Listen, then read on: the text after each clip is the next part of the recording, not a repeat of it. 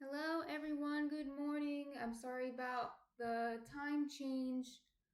Last night I had a pretty bad migraine. I pretty sure it was from motion sickness because it started on the train and then it got worse as the day went on. And I get motion sickness pretty frequently. Usually it's on a bus though, not on a train or in a car. In fact, some of the worst motion sickness I've had was like in, I guess, underdeveloped places where the roads are not very good and very windy. I tend to get very bad motion sickness there, but hopefully that's all it was. I feel better today. I just let myself sleep in a little bit. So today, I don't know if we'll be able to do the shaping because it's a little late, but we'll see how fast the bread ferments. We might be able to do the shaping together, but I have other videos where I show you shaping and it's the same process. But what I really want to show you today, hi Pumpkin, I like your little hamster. I think that's a hamster. I don't have my glasses. I should make everything really big for me so I could see it. Um, so what I really want to show you today is how to add add-ins to your sourdough. I have two recipes with add-ins to show you. One is with mango sourdough, which is what I had advertised as mango sourdough. And then I have another one with pumpkin sourdough. And this one's a bit of an experiment because I'll show you a bread that I made a few. Yeah, you're pumpkin. I'm putting you right into the sourdough. I'll show you a bread I made a few days ago with the pumpkin. And usually I use dried pumpkin, and there's a reason for this. Dried pumpkin, it's easier to measure dried pumpkin based on the hydration, whereas fresh pumpkin adds hydration to the dough, so then it messes with the hydration level. And the bread I made a few days ago with the fresh pumpkin was too hydrated, so it didn't maintain its shape. So I'll show you that. And so I updated my recipe, and we'll see if it's any better or what happens. And I'll show you that tomorrow when I bake it. I'll take a picture and I'll upload it on Instagram and I'll upload it on YouTube So follow me there to see like how the bakes came out. But let's get started. So let's do the pumpkin one first. Let's see. So here I have 150 grams of sourdough starter. I just mixed it up last night, and it's nice and bubbly, so I know it's active. I added quite a bit. It's a little cold in here, but not too cold. But I added quite a bit because I already knew that I was going to sleep in, and so I was just like, well, let me make 150 grams of sourdough starter, and hopefully it'll ferment fast tomorrow, and maybe I'll be able to show you the shaping. But we'll see. So it's 150 grams of sourdough starter.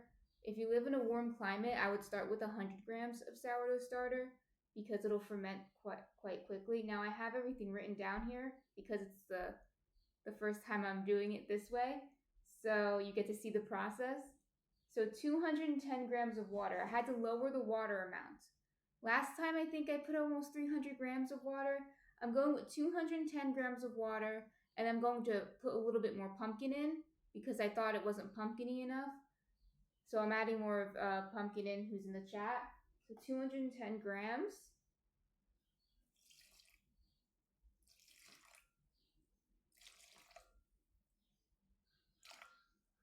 There you go, perfect. Again, this is just tap water. Oh yeah, and then 7 grams of salt. Don't forget to add the salt. That's like one of the easiest things to forget to add.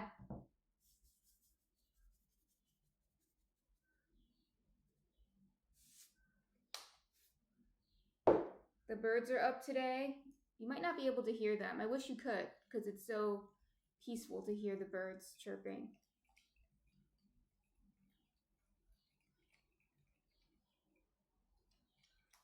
So I'm going to mix this up. Pumpkin says she can hear them from her window. So we're all in here together hearing the birds chirping. It's almost spring. So now I'm going to add, I actually already measured it out, but I'll measure it out again. It should be 275 grams of pumpkin, fresh pumpkin. Now, last time I added 200 grams of pumpkin, but I felt that it wasn't enough. So I'm changing two variables here. I lowered the hydration quite a bit, and I'm adding more pumpkin. Hi, Jamie. Welcome to the chat. We're making, right now I'm making pumpkin sourdough. So, and it's a little bit of a recipe test, so we're doing this together. All right, so it should be 275 grams in here. So it's 75 more grams than I added last time. Yeah, it says here 275. Perfect. And this is just pumpkin that I roasted. Try to get the skins out. Pumpkin that I roasted. I know it's not fall. Yeah, so I picked my orange shirt today for the pumpkin and the mango, so I match. Yeah, I won't roast you. Hi, Bob. Good morning. Good morning, Bob.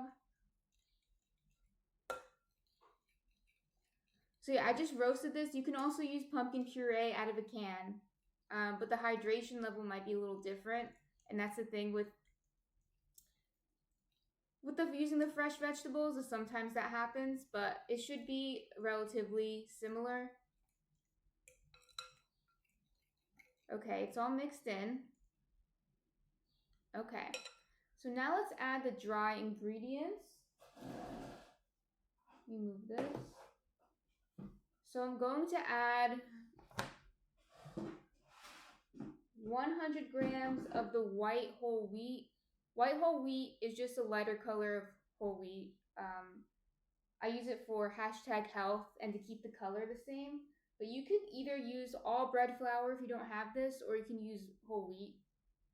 So I'll add just 100 grams of this. So it's healthy.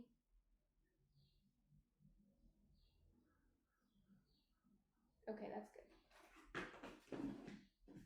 And then I'll add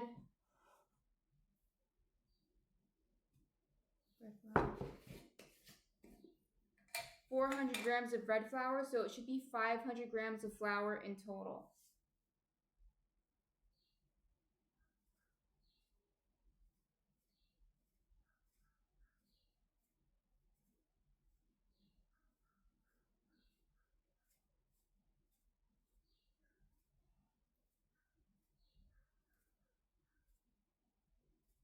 Sorry, almost there.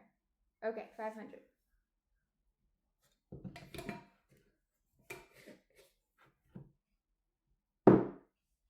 So now I'm just going to mix it.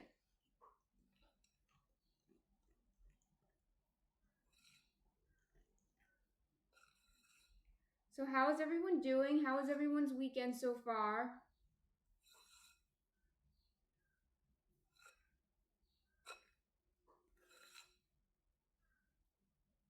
It's Sunday morning where we are. Bob, I think it might be Sunday afternoon where you are.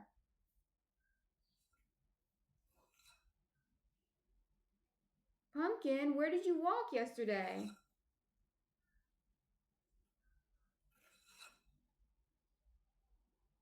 Oh, in Elmwood Park?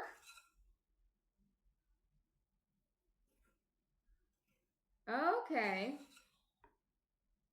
How is it there? Oh, Jamie, you're in town? The same. Says the same. Yeah, I imagine.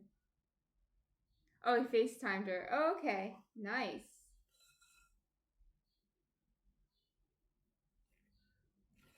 Nice, nice, nice. Yeah, yesterday I visited down south. And by down south, I mean it does look like mashed potatoes, but it's not. You'll see, it'll turn into dough eventually. I visited South Jersey.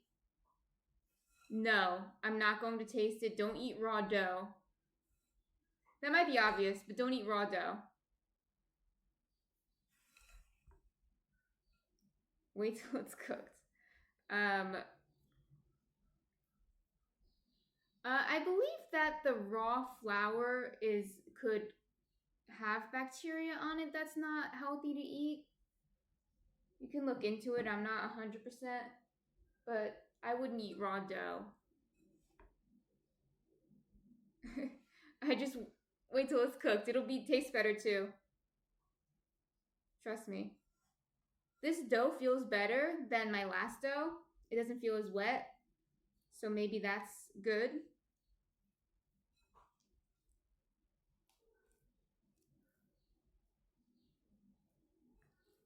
I think they make cookie dough for eating, right? They make like specifically like a cookie dough that you can eat.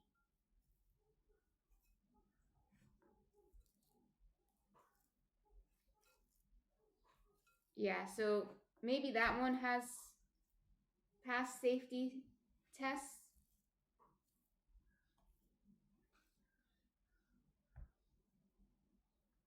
And I saw yesterday an Irish fiddle band.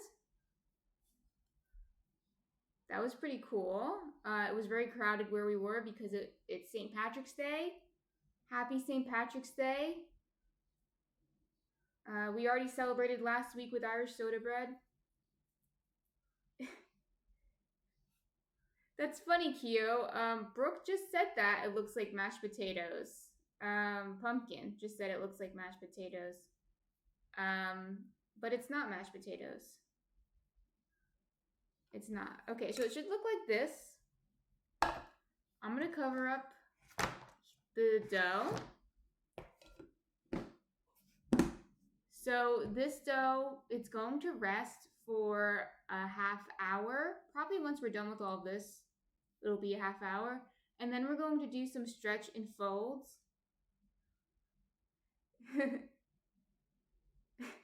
Yeah, Keo is 0% tuning.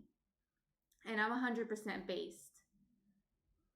So we're going to do some stretch and folds, and I'll show you how that looks when we get there. And we've done it before on here, but of course we're going to do it a lot. We're going to do stretch and folds a lot on our streams. So basically that's just to build the gluten. So I'll let it rest for a half hour and then I'll come back to it.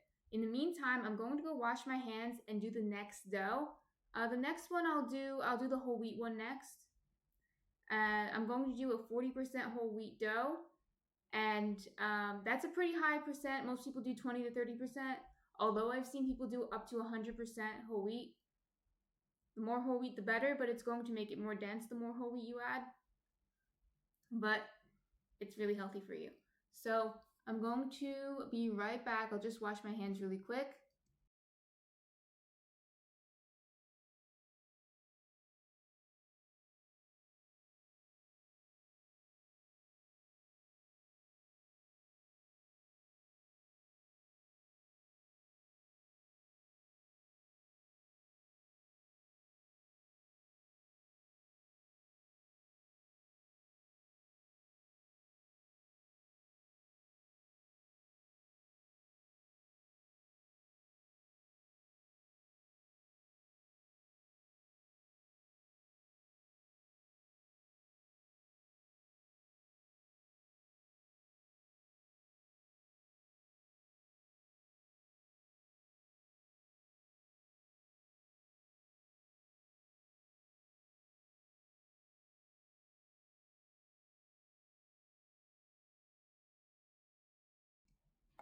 Okay. Hands are washed. And now I have another bowl with 150 grams of sourdough starter. And I'm going to add how much water? Oh, this is on the wrong page. 385 grams of water. Ooh, that's a lot. And let me tell you why. So whole wheat absorbs more water than white flour or bread flour. So I'm going to have to add more water to keep the hydration level up. So normally I wouldn't add 385 grams of water if it was like a regular sourdough, because it would be a mess, basically. 385 isn't too bad, but the higher you go, the messier the bread becomes and the less it can hold its shape. A lot of people like to add like very high hydration as almost like a sourdough flex to make your bread more hydrated. But it's to me it's more of a mess than it's worth. That's what I think. But if you add more whole wheat, you can add more water because the whole wheat absorbs more water. So we're going to add 385 grams of water.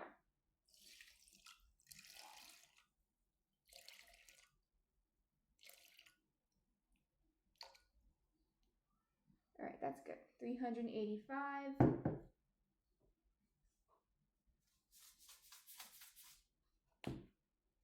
7 grams of salt.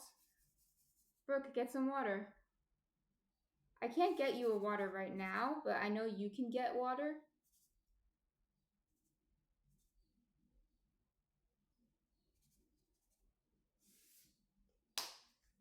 I'm a little busy right now. So now we're going to mix this up.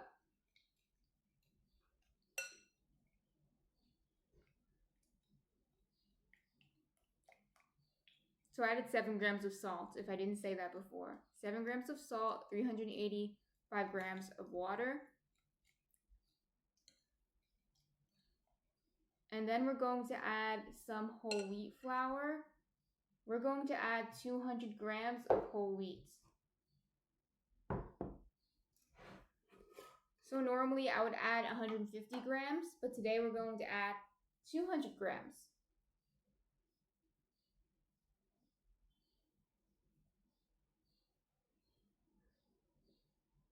I did this a few days ago and it came out very good. So I'm gonna, okay, that's good.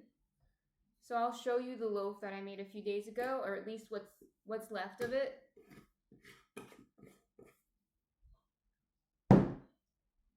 And then we're going to add,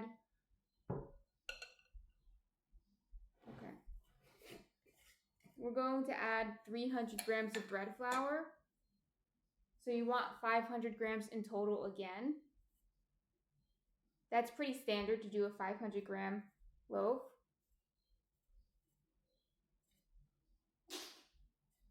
Bless you, Munchkin. I have to get a sticker or something. I know Pumpkin can tell me all about the stickers, like a Bless You Munchkin sticker, something like that. I think that would be cute.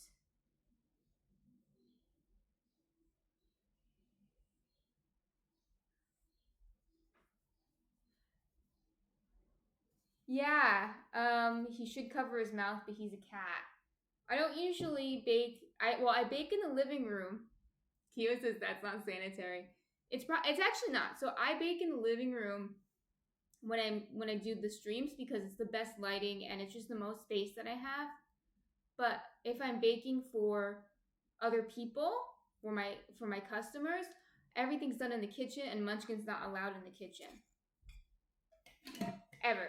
Not, even when I'm not baking for customers, he's not allowed in the kitchen. So I keep that separation. That's actually by New Jersey law. Yeah, we should get a strobe light, like a disco light, or like the big round ones that the TikTokers use.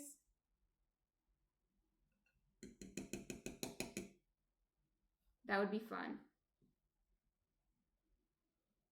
Oh, from photography. I mean, yeah, I could consider that. I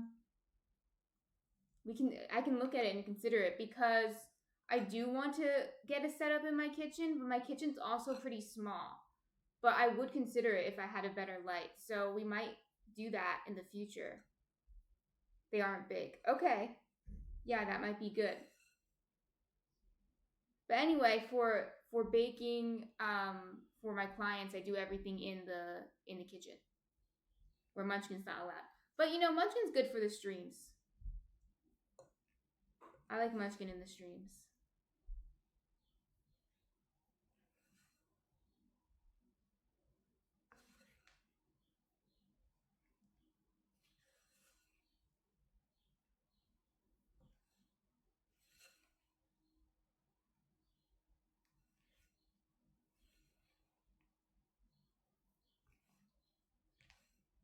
So I'm just gonna mix this until it's well combined.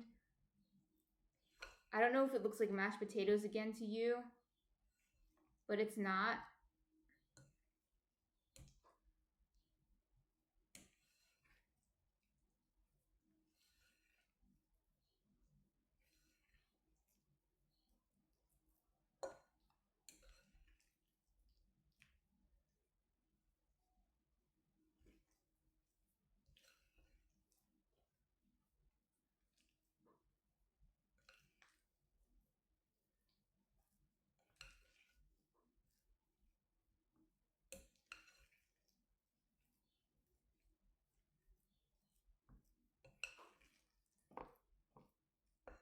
I'll try not to get my hands dirty this time. I'll try to do it with the fork. So basically, until you can get it to a ball, it doesn't have to be perfect because it's going to get better. It's going to get more connected as it's resting. So I think this is good.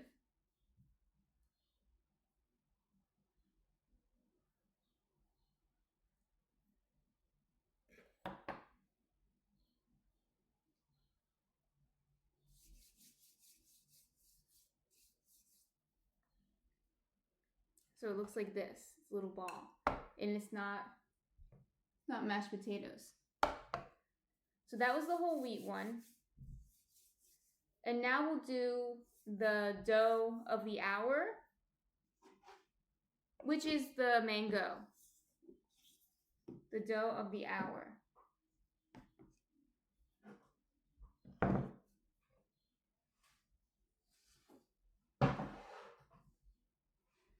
Now, the mango. Yes, we're going to add mango to the sourdough. So I'm going to add, I'll show you before we even start, these dried mangoes, into the sourdough. I basically have dried mangoes. I just cut them up into pieces. And I weighed it out already. It's about between 90 and 100 grams is what you want. Now, I'm not going to soak them first because I'll just add more water to the dough. You usually, when you're adding fruit to dough, you usually want to do dried fruit. It's easier. But the dried fruit does absorb liquid in the dough. So you can just add more liquid to the dough, or you can soak the fruit before adding them in.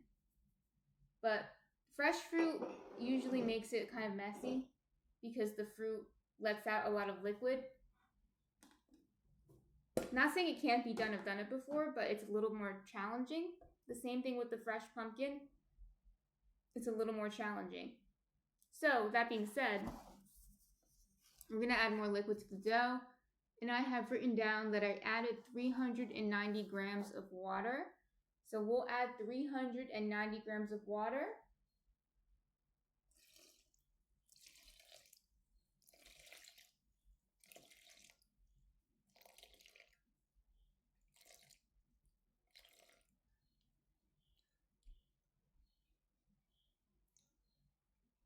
Okay, good. And do 7 grams of salt.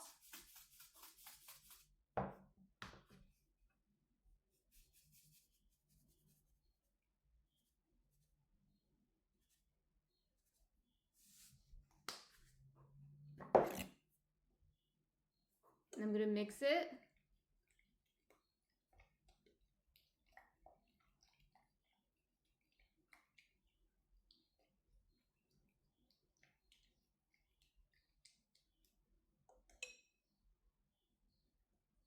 And then I'll add 100 grams of the white whole wheat.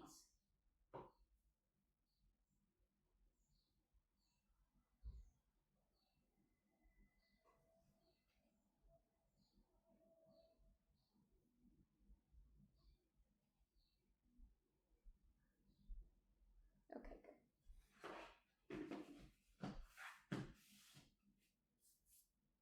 And then Pumpkin asks, are you going to make green bread for St. Patrick's Day? No, Pumpkin, but we did make soda bread last week. So if you want to check out that, I have to upload it on YouTube. I'll upload that on YouTube today, the one we made last week. But I have the shorts on YouTube of me making Irish soda bread.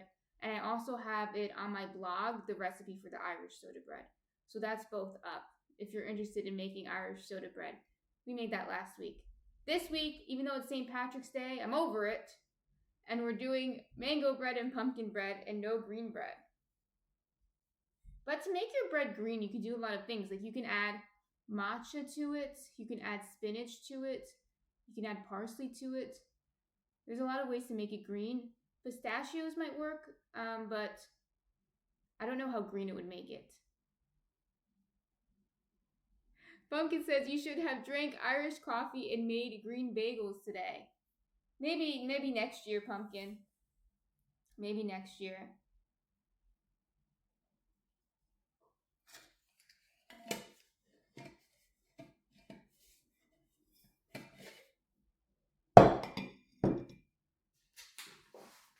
The people requested mangoes and I'm giving them mangoes. Pumpkin said remind. Okay, I can remind you to tell a funny story.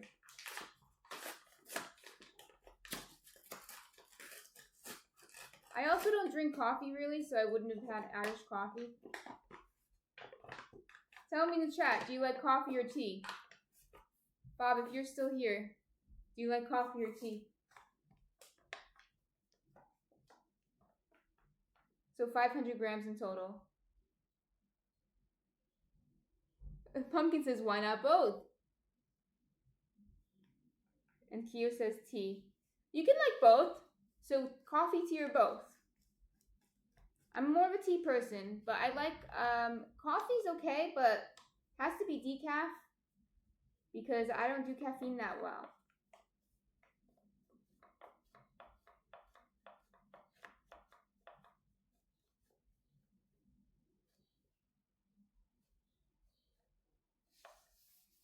More of a water person myself. I like water. That's my favorite.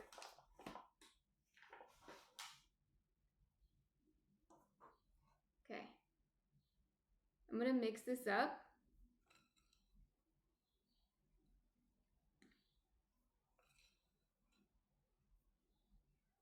We're not going to add the mangoes yet. So, What I'm going to do is I'm going to let the gluten form a little bit. And then I'll add the mangoes during the stretch and folds. Now, when I say I'm letting the gluten form, basically the gluten is the protein in the bread flour and in wheat flour in general. Gluten is the protein. And gluten forms the structure of the bread. So I always mention this, but it's so important that I'm going to keep mentioning it. Gluten is not a byproduct of bread. Pumpkin says gluten is her favorite part of the food pyramid, and I agree. It's my favorite too. Gluten is not a side product of the bread. It's not like something that happens to be in bread. It's actually really important to structure the bread, which is why making gluten-free bread is so difficult, right? So gluten is pivotal to making the structure of the bread. You will not get those big airy holes that everyone likes to show off on Instagram and whatever if you don't have gluten. So we need gluten in bread. And while it's possible to make gluten-free bread, it's difficult and it's not quite the same, as we all know. Bread.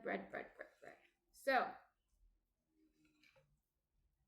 and unless you have celiac disease or an allergy to gluten, it's okay to eat it.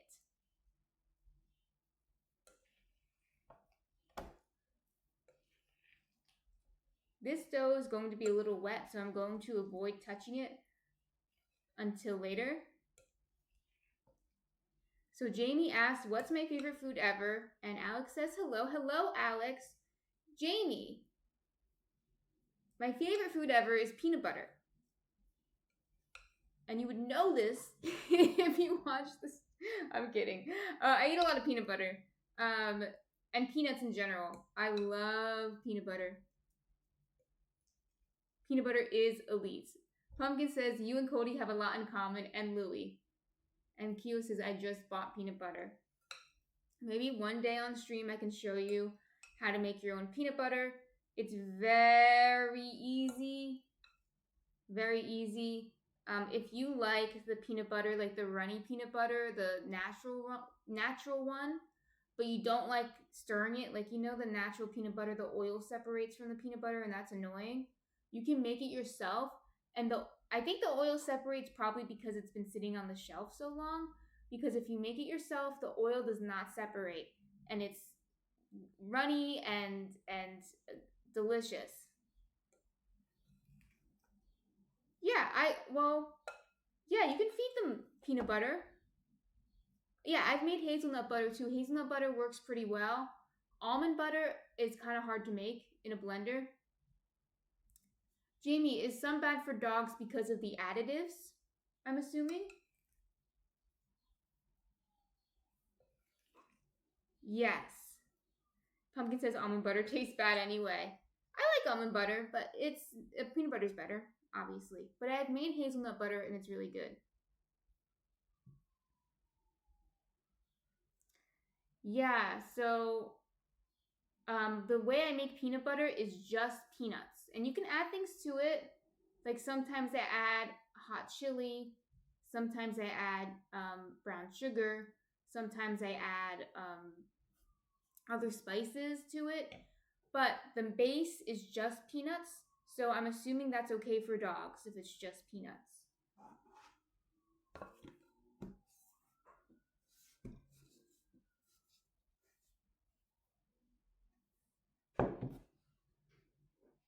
So let's see what we got here.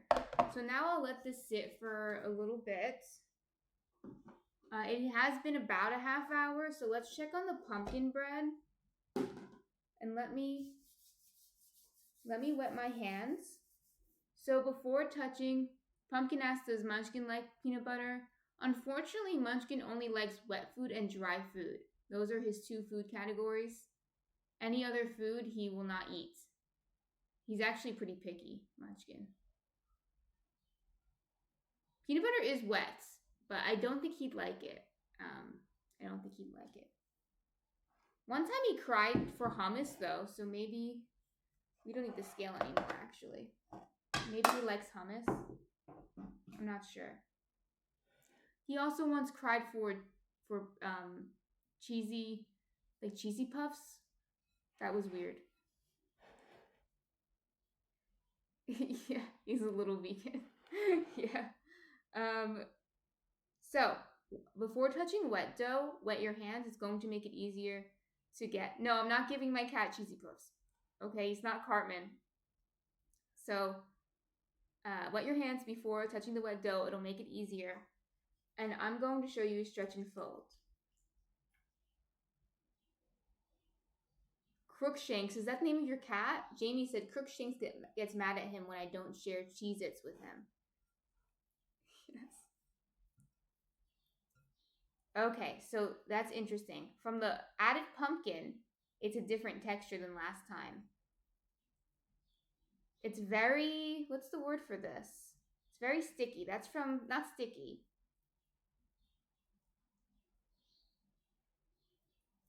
Like Play-Doh-y. Alex says Bella gets angry when we don't share Cheetos with her. Do cats just like Cheez-Its? Do they just like cheesy chips? So let's see. Let's keep going. So what I'm doing is I'm picking up the dough and stretching it over. This dough is a little different. Probably from the added pumpkin. I added a lot of pumpkin to it. Maybe too much, but we'll keep going with it.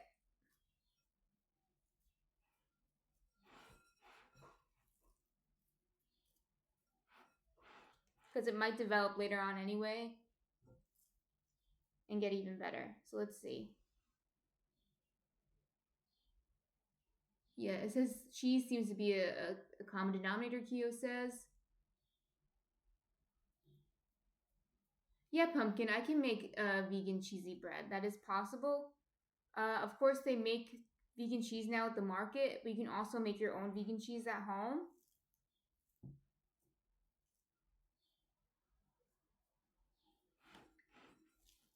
And buy at the market, I mean like at the supermarket. I'm actually going to work on, yes, I believe I'm going to work on it for stream. Cheese and jalapeno focaccia. So that's pretty much a cheesy bread.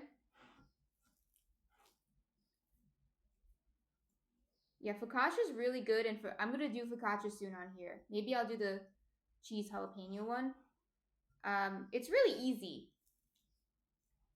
Yeah, pumpkin. I also love bread. If it wasn't obvious. So I keep pulling it together. Like I said, this dough is a little bit different because I think it has too much pumpkin in it. Bread does not make you fat, Keo, and I'll tell you something. For example, I am not fat and I eat bread every day. Everything in moderation, Keo.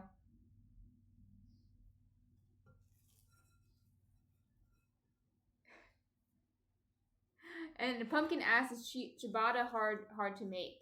So ciabatta is actually just a high hydration bread. Oh, I didn't know ciabatta was your favorite. I'm gonna have to make it then, because one of my other followers also requested ciabatta. It's not my favorite to make, but it's not hard. Keo said, listen, I eat 12 loaves a day and I'm 800 pounds. Bread makes you fat. Well, yeah, if you eat 12 loaves a day of anything, it's probably going to make you fat unless you only eat broccoli. Don't eat 12 loaves of bread a day. Air makes you fat, in Pumpkin's opinion. Yeah. Okay. True. Don't eat 12 loaves of bread a day. Okay. But you can eat a few slices of bread a day. That's fine.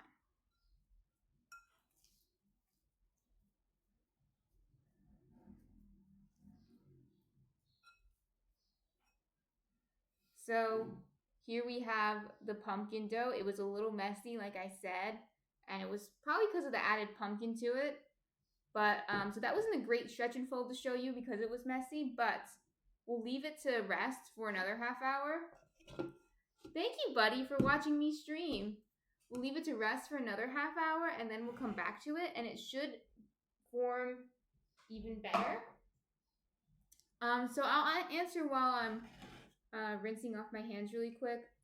I'll answer the question about ciabatta. Ciabatta is a high hydration dough. What that means is it's usually at least 80% hydration. That means you add a lot of water to the dough. So it's kind of a looser dough. It's a little sticky to work with, but it's not hard. It's just, I think, a little annoying because it's sticky, but you don't have to shape it. So you kind of skip the shaping step. And the reason you don't have to shape it is because it's kind of unshapeable because of how wet it is. I'm sure someone could shape it. Some people who are very skilled at shaping high hydration doughs. It does taste good with tomato and mozzarella and spinach. So I'll have to make that sandwich for you. So I'll write that down. Tomato, mozzarella, and spinach. We can make a vegan version of that sandwich. And pesto. Kyo says I could shape it like a glob of dough. Yeah, so ciabatta, you notice ciabatta is always like that shape like this, or the big ones are like this, and they're flat, right? And they look a little misshapen, unless they're made in the factory. That's because you don't shape it. You just kind of throw it down like a glob of dough, and you put it in the oven like that. And that's why it looks like, ciabatta actually means slipper, because I guess it looks like a slipper to Italians. I don't know, but it's like flat, like a slipper. People do things like that, pumpkin. I was thinking of maybe getting better at making designs on the bread. Right now, I'm not so good. I can shape a bread like a pumpkin, though. That's pretty common. In the fall, we'll shape the bread like a pumpkin, and I'll show you how to do that. That's fun. But it's basically just very flat because it's high hydration and because it's not shaped. So it's not hard to make. I just think the high hydration makes it a little annoying, and I prefer not to bother with it. But we will do it. We will do it. It's not hard. Okay, so which one is next? The whole wheat should be next. This one. There are people who make really cool designs on their bread, though. And I've even seen like a cat design.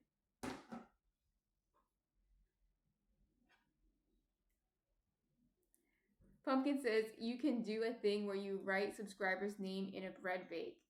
Yeah, I could do that if they want their names on the bread. Okay, this is a better example of a stretch and fold. So I'm taking up here and I'm folding over. Taking up here and folding over. It's ripping right now. That's because it's still pretty early. You really don't want it to rip. But if we give it some more time to rest, it shouldn't rip.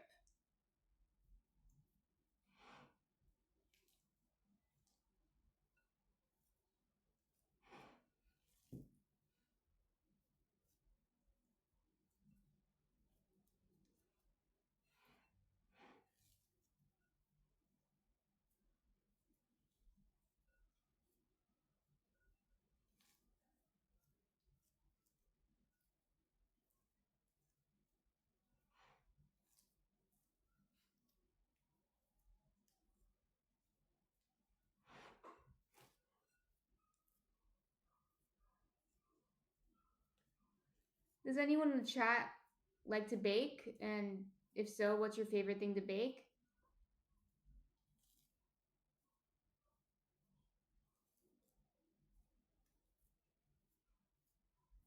Obviously, I like to make sourdough, so. Kyo used to bake a lot of bread. Awesome. What kind of bread did you make? Was it sourdough or was it just made with yeast? Was there a specialty that you had?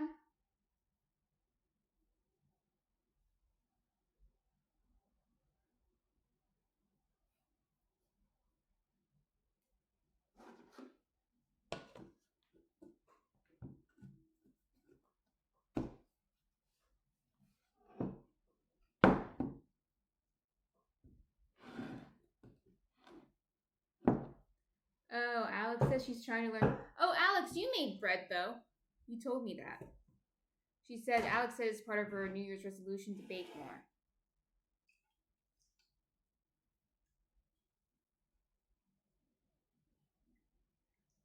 Yeah, Kyo said she liked having fresh bread rather than the store bought stuff. I agree, fresh bread is better.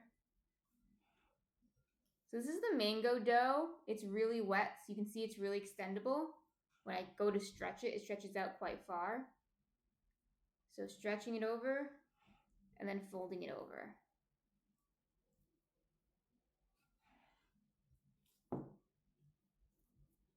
What time is it now? 10:45 about.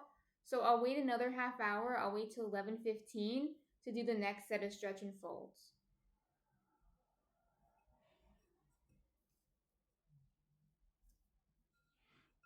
And we're going to do at least 3 set of stretch and folds. I might do 4, especially because the doughs are a little straggly at this point. I think I might end up doing 4, just to make sure the gluten is well developed.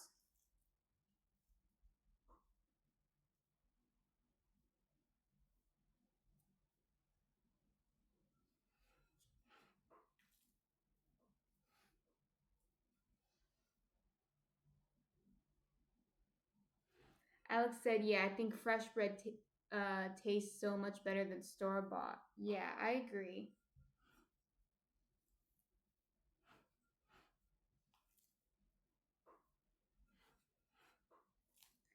So now I'm going to, in the meantime, while I'm waiting for this to rest for a half hour, I'm going to be talking to you guys. But if you're doing this on your own, right, and you're not talking on Twitch, it's free time. You don't have to babysit the bread. So I say that because sourdough is a time commitment, but a lot of it is downtime. So I really, it could be a weekend project, you know. If you're at home on the weekends, it's a good weekend project.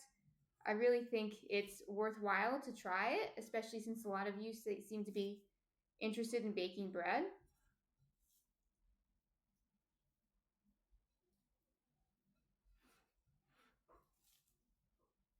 Okay, that's good.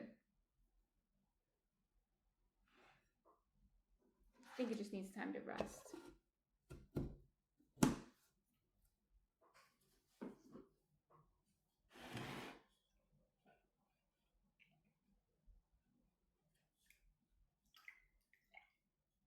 Okay.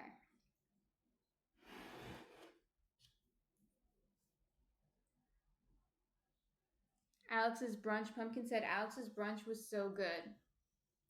Yes, I wasn't there, but I believe it was. And I believe she had great bread. Because I trust Alex made great bread. I think Alex, you told me the first time Alex does it all. You told me the first time you made bread, you did it with regular flour and the gluten development wasn't strong enough. I think that's what you said, if I'm remembering correctly, or at least what we figured out. And then after you switched to bread flour, it was better. Is that true, Alex?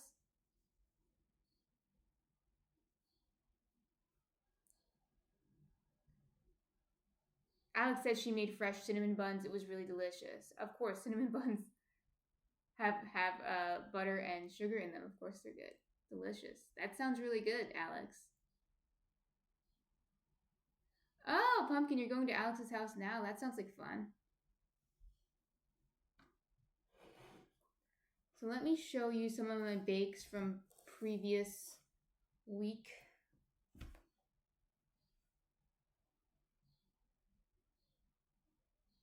Alex said bread flour made it so much better. It wasn't grainy, question mark.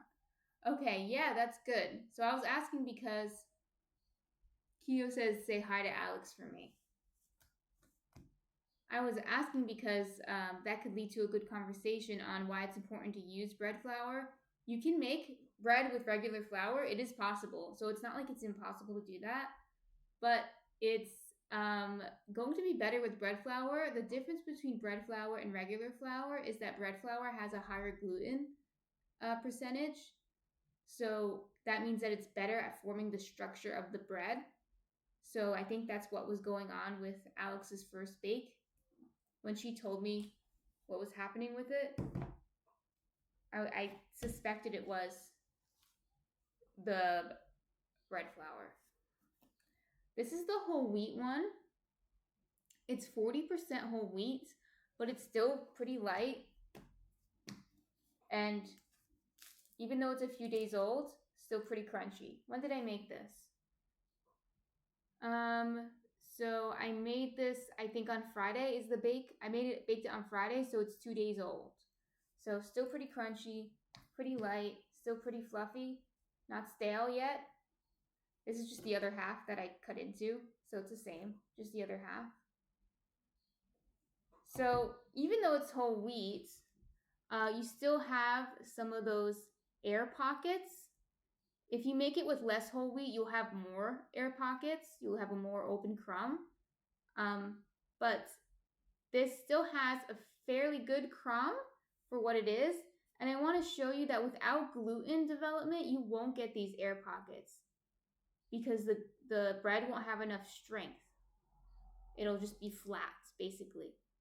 So that's why gluten is really, really important. So this was the whole wheat. It was the 40% whole wheat. Let's see what we have next.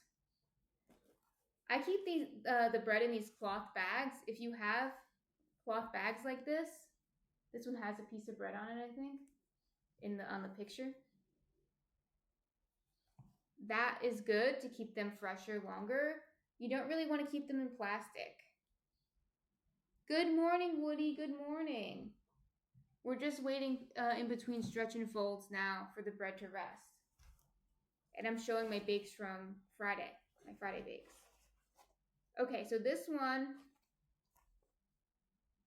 is the pumpkin one. So this is a good one to show you. It's flat. You see how it's flat? It's not bad, right? We've been eating it, but it is flat. And I suspect that it's flat from the higher hydration. That's what I suspected. I think I'm right, but we'll see with the new batch what happens with it. I changed the hydration of the new batch, so we'll see. It also wasn't too pumpkin-y, so I added a little bit more pumpkin, but not sure about it. I think I might have added too much, but we will see. So this is the pumpkin bread I made on Friday. And like I said, it is flat. And I think it's flat because of the high hydration. High hydration makes it harder to keep its shape. Which again, ciabatta, for example, has high hydration. This almost looks like a ciabatta with how flat it is. Like it could be one big ciabatta with how flat it is. Pumpkin said, "Who, morning, Woody?" So that was the pumpkin one, and let me show you the mango one.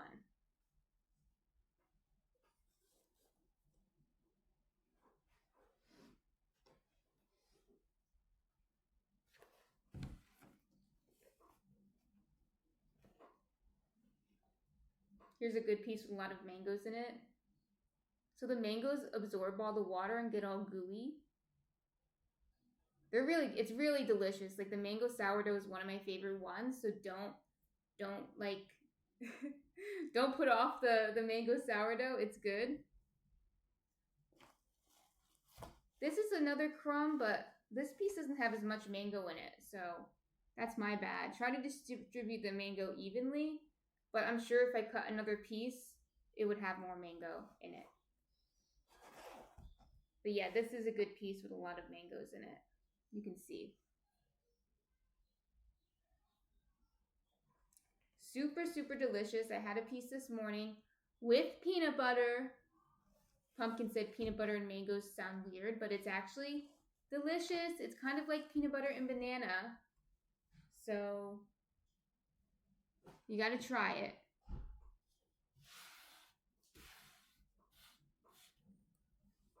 Okay, so now we're still waiting for this to rest for a few more minutes, the dough.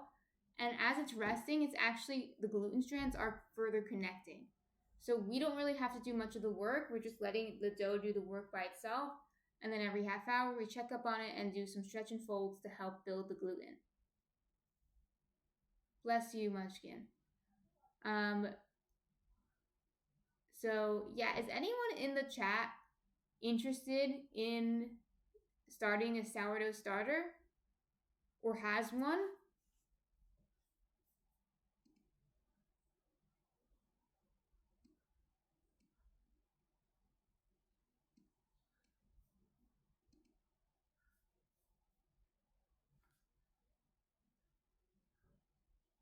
Hi, the Bear fan. Welcome. That's okay. If you're on the road, please focus on the road.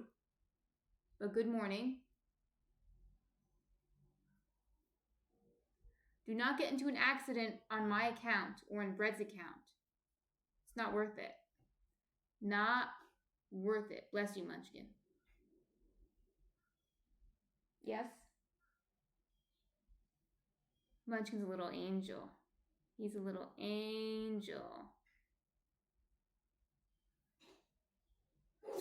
Bless you, Munchkin.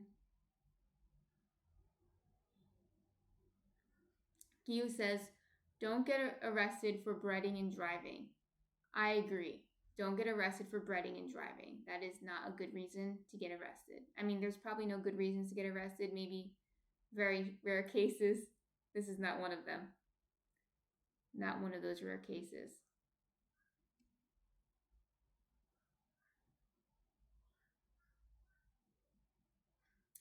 So I actually want to, it might be a little messy right now, but I'm just thinking if any of you are interested in starting a sourdough starter, I'm going to go get my sourdough starter from the fridge and just show you what it looks like. I really am a big advocate for starting your own sourdough starter and making your bread that way. I think it's this might sound odd.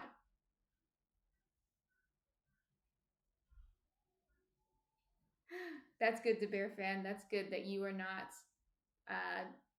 texting and driving. This might sound a little odd, but I actually found moving to sourdough baking was much easier for me than baking with the yeast packets. I don't know what it is. I think with the yeast packets, I might have been afraid that I was going to overdo it all the time and I didn't do it enough or let it ferment enough or something like that. But I became an infinitely better baker once I transferred to sourdough. That's bar none, that is absolutely true. I do find that it's easier to manage somehow. And I also think it's great that you always have yeast. Basically, the sourdough starter is yeast that you grew yourself, and it's an infinite supply of yeast. You have never ending yeast at your fingertips. You don't have to worry if the store, remember, during the pandemic, when the stores ran out of yeast, that's when everyone got interested in sourdough bread, right? But things like that can happen. There could be a yeast shortage. But if you have your sourdough starter, you won't have to worry about that. You have yeast, right? And it's the way been making. We didn't always have. Not that this isn't a good invention. The yeast that comes in packets is 100% a good invention to have. But we didn't always have that, right? And we were making bread since ancient times. We've been making bread way before the yeast packets. And while there were probably several different methods, they all came down to having natural yeast. Kyo says infinite bread. Exactly, infinite bread. It all came down to having natural yeast because without that, you didn't get the rise, right? So it's the way we've always been doing it. And in my experience with making bread, it seems that with the results that I get, it's the right way to do it. So I'm very much an advocate. And I mean, if you don't want to start it from scratch, you can, if you live in New Jersey, some of you are acquaintances or friends of mine. I could always lend you a little bit of the sourdough starter that I have, and then you can build it up from there, right? You have a base, or you can buy them online, or get one from a friend. these are things that you can do if you don't want to start from scratch. But starting from scratch isn't hard. I have a blog post on my website on how to start a sourdough starter um, with rye flour, which is how I did it, and that's how I recommend doing it at first. It's really easy. Since then, I have created a stiff starter from that, and all that means is that I feed my sourdough starter bread flour, but I feed it at a 2-to-1 ratio, bread flour to water, 2-to-1. So when I feed it, say, 50 grams of water, I feed it 100 grams of bread flour, and that makes it stiff. And obviously, because there's more bread flour to water, so it makes it like a little tacky, stiff, not wet. And because it's stiffer, it actually maintains its rise easier. So then you don't have to worry about, I know if some of you are intimidated by sourdough, and you're like, oh, it seems like such a hassle. You have to time everything right. I don't like time out like my feedings of my sourdough starter like a lot of other people do, because I don't need to. If you keep a stiff starter, you don't need to keep it times like that. I can use my starter. I don't often do this, but say I just want to make bread and I didn't plan it out the day before, I can use my starter right from the fridge and it's active. Right from the fridge, it's active. I don't have to worry about doing all those feedings and all this maintenance. So there are easy ways to keep a sourdough starter. It doesn't have to be difficult, and I'm very much an advocate for it. So I'll get my sourdough starter and I'll show you what it looks like. So give me 1 second.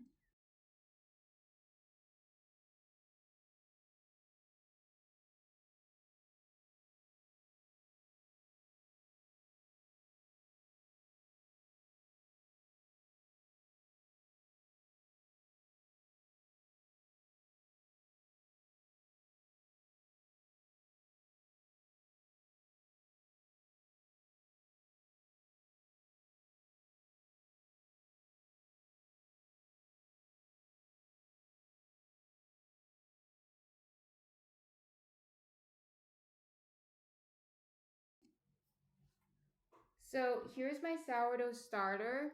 It's hard to see right now because I didn't feed it last night. I just went like right to bed. But even though I didn't feed it last night, there are bubbles in it still. Like right here, you can see the bubbles.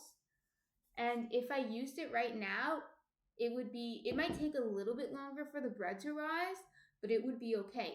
The bread would still rise. And it is stiff. Thank you, Cornell Stewart Jr. Let me know if that's how you pronounce your name. I'm assuming it's Cornell. So thank you for the follow. Introduce yourself in the chat if you feel so inclined, or lurk if you feel so inclined, and let us know what you like. If you like baking, if you don't like baking, if you're interested in learning about baking, let us know. So see, the sourdough starter is stiff like this. It's so stiff I can hold it in my hand without my hands getting really too messy. And that's how I keep, not everyone keeps theirs this stiff. I keep mine stiff like this, so it's easier to use.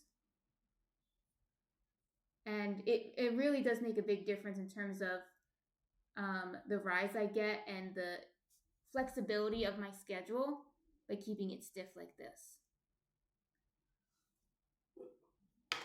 So, and basically all you have to do is mix flour and water and keep mixing flour and water until natural yeast form in the flour and water mixture. There's, in this little piece of dough I have right here, there is bacteria and yeast, healthy bacteria and yeast that has naturally formed in this. And this is what makes the dough rise. This is similar, although slightly different, because this has a, I guess, more robust colony of yeast and bacteria. It has several different strains of yeast and bacteria. So that's different than the yeast packet that has one strain of yeast in it, but it is similar in that that's what makes the bread rise. The yeast packet has yeast in it that's alive, that makes the bread rise, and this has a colony of yeast and bacteria that's going to make the bread rise and give the bread its flavor. So let me put this back in.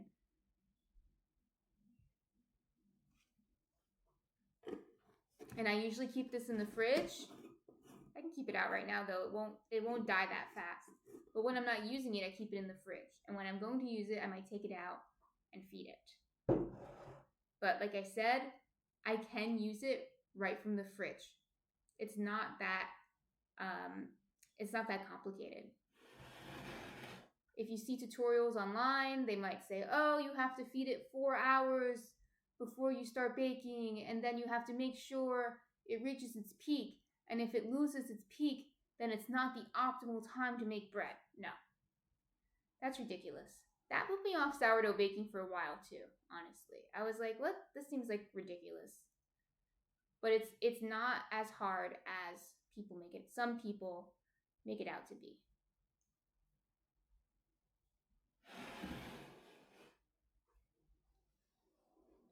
So yeah, and her name, usually when you start a sourdough, you name your sourdough starter. So my sourdough starters, my first one made with rye flour, his name is Tim. He's still around, but I dried some of him for backup. And this one right here that I keep as a stiff starter, his name is Esther. Tim's daughter, his name is Esther. In case you're wondering what their names were.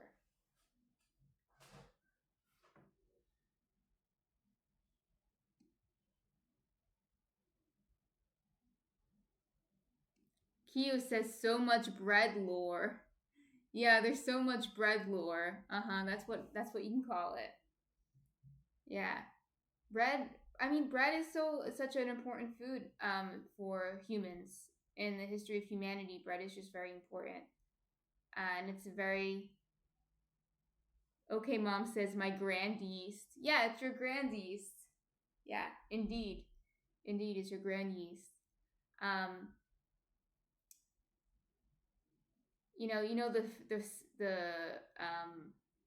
believe it's a Bible verse, but it's definitely a biblical saying, or a Christian saying. Man does not live by bread alone. It really means man does not live by food alone. They don't literally mean man does not live by bread alone. He also eats vegetables or something. That's not what it means. It means man does not only live by food, he also lives by God, right? That's what the saying means. But bread is a substitute for the word food because bread was just such an important food. It was the sustaining food, at least in Europe during that time. So in the history of our world, not just Europe, but definitely Europe, but other places as well, bread is such an important food group. So bread lore does go back quite a bit.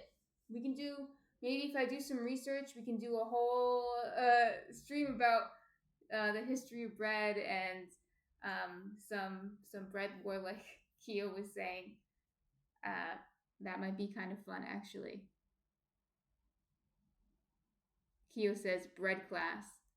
I am a teacher by trade, so maybe it's coming out a little bit. But yes, bread class. If you like learning, you're in the right spot. Okay, Mom said bread trivia. Well, I guess after bread class, we can do a bread trivia to see who remembered the things we learned in class.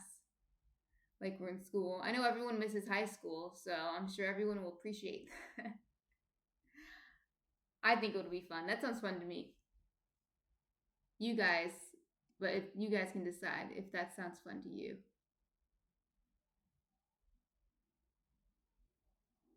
Kyo just says not tests. Okay, I won't test you then. I won't test you.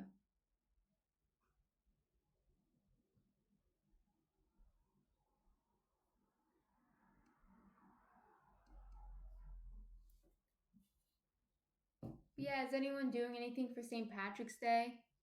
I know some of you weren't here earlier, so I can repeat myself that yesterday I went to an Irish pub, which was very crowded, but it wasn't my idea, so I wouldn't have picked that event because I am an old Debbie Downer and I don't like to go to events that are crowded.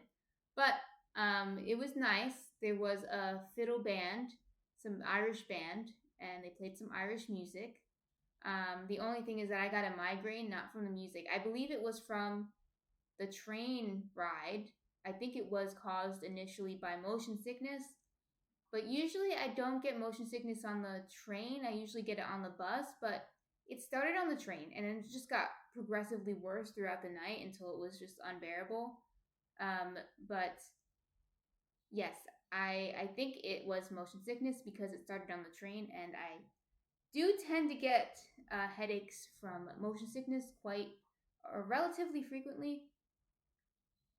Yeah, so that was a downer in that case, but I still enjoyed my night, and it was a nice thing to do for St. Patrick's Day, and I usually don't do anything for St. Patrick's Day.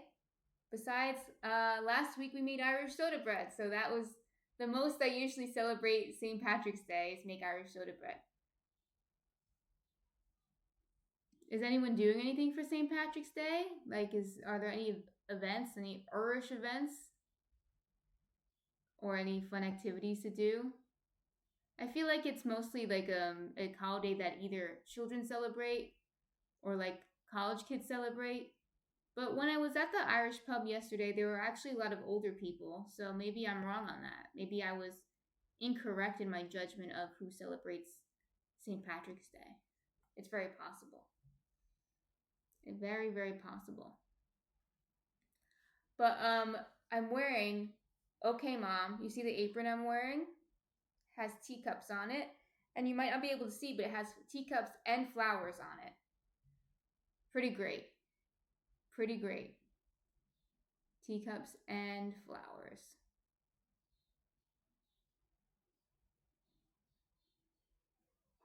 So I guess all of you are a bunch of Debbie Downers too and don't like to do anything for St. Patrick's Day. I don't blame you. I guess there's a parade. Is the parade today or was it yesterday? I didn't see it if it was yesterday. Okay, mom says, is there a vegan version of corned beef and cabbage? I've actually made it. I made, of course, cabbage is easy. It's vegan. Um, but the corned beef, I made it with seitan before. I wasn't a big fan. It had a weird, but apparently this is what corned beef is supposed to taste like. I don't think that I've ever had actual corned beef. I don't think. Before going vegan, I don't think I had actual corned beef. So I made a vegan version, and there were a lot of spices in it. I can't remember. I think cloves. Like I can't remember what I put in it. It was years ago.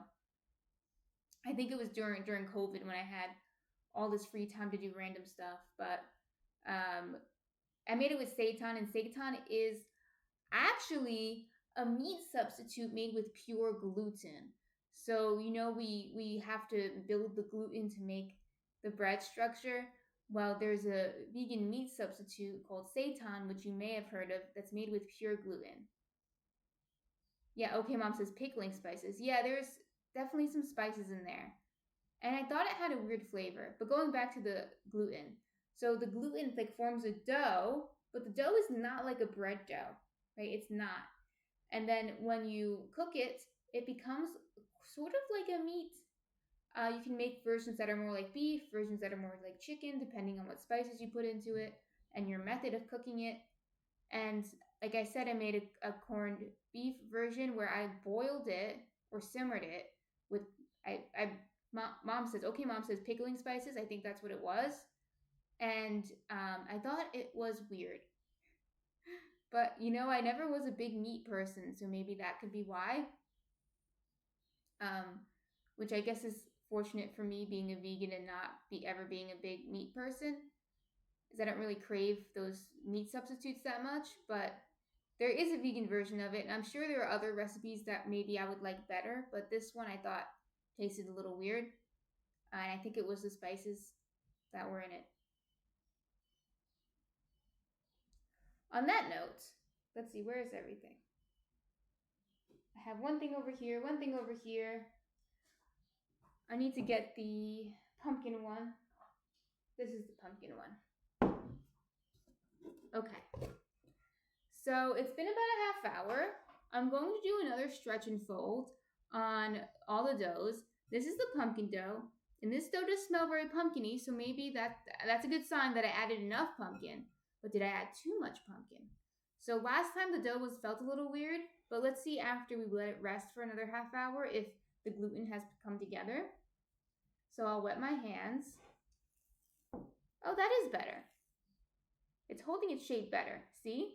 That's good. That's a good sign. Sometimes all it needs is a little rest.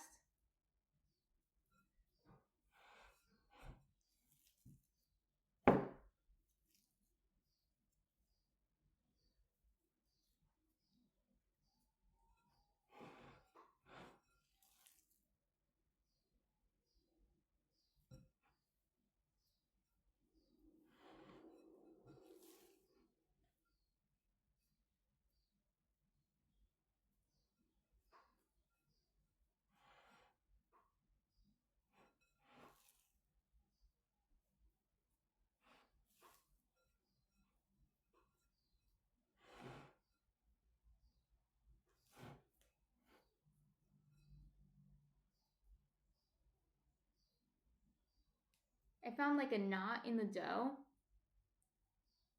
So you can either just pick it right out or try to work it back into the dough.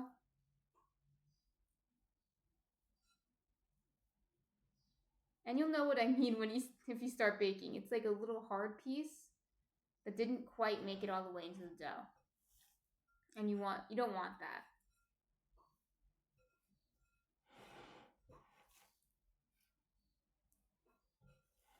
So this dough is actually coming together pretty well. I'm quite pleased with it right now. It's definitely not too wet. Like last time it was too wet. It might even be a little dry, but I'll leave it for now.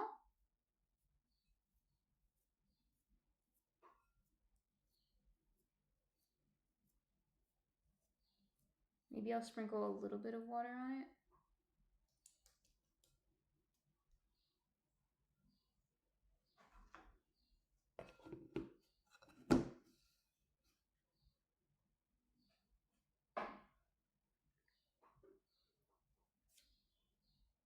I think this is the mango. Yeah, that's the mango. I'll do the whole wheat one next. I'll go in the same order. And we're going to do another set of stretch and folds. So I'll show you again. It's just up like that and over. You can feel this one's coming together quite well too. Look how extendable that is. That's nice.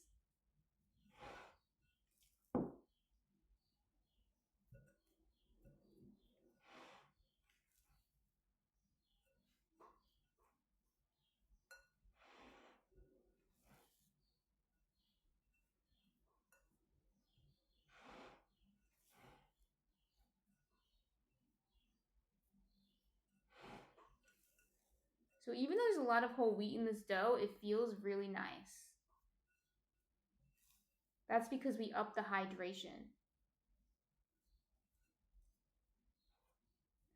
So if you're worried about, I know some of you might be worried about bread and health. Well, you can add more whole grains to your dough, and that will make a healthier bread if you're worried about that. Sourdough also, a lot of people consider to be healthier because of the slower fermentation rate. The bacteria and the yeast in the sourdough help break down the nutrients in the sourdough, which makes the sourdough, the nutrients in the bread more bioavailable. So a lot of people consider sourdough more healthy in general. But the Bear fan asks, what is the importance of having airtight seal and not just plastic wrap? You can use plastic wrap if you want. I really like these bowls a lot. I don't like using plastic wrap because I don't like wasting plastic. I used to just use a towel over them, and you could do that as well. But you need to cover it, and the reason you need to cover it is because it'll dry out. If you don't cover the bread, the dough, the top dries out and it actually kind of forms a crust. It's kind of weird. It's happened before to me, When I just used the cloth, it would happen sometimes, especially if it was winter and it was dry out. So these work much better. I'm sure plastic wrap would work too, or other coverings. I've seen people use other types of things. I've seen people use shower caps, I guess unused shower caps to cover it. So whatever floats your boat. I love these bowls and I love that they come in with a cover. It's really helpful for me. But that's a really good question. You do have to cover it. You don't have to keep it airtight though. You don't. I like these bowls though. I really like that they're the perfect size and they come with a cover. And I have so many of them for this purpose. So now you can see it's coming together quite nice. It's a ball now. It doesn't look like mashed potatoes anymore.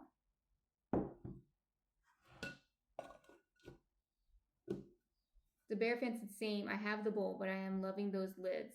Alex said, I heard you can also use a damp towel over it to keep the moisture. Alex, yeah, you can do that. That's a really good point, Alex. You can put a damp towel over it if you're worried about the dough drying out. Yes. Okay, Mom says, they make food covers that look like shower caps, but they aren't real shower caps. Yeah. Yes, so I've seen people use those. That's actually pretty common. So if you want to get one of those, you can do that. There are many ways to do it. I just like these caps. They're so convenient. Okay. So let's do the mango.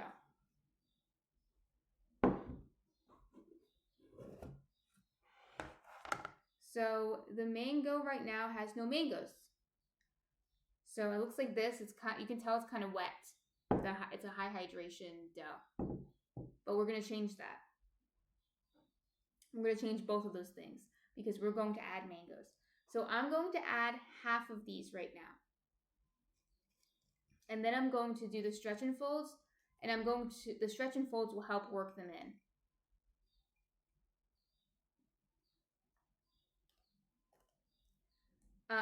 The bear fan says I marinate a lot of meats and that would be more costly and effective, or more cost effective, I guess. Yeah, than using plastic wrap, because then you have to keep buying more plastic wrap. Whereas this you don't. It is made of plastic, but it's not single use plastic. Okay, so now we're gonna work in the mangoes with stretch and fold. So the same thing, we take a piece and we pull it up and over. And see, as we're doing this, the mangoes are being worked into the dough. And the mangoes are going to absorb a lot of the water into the dough. A lot of water that's in the dough. From the dough. That's better.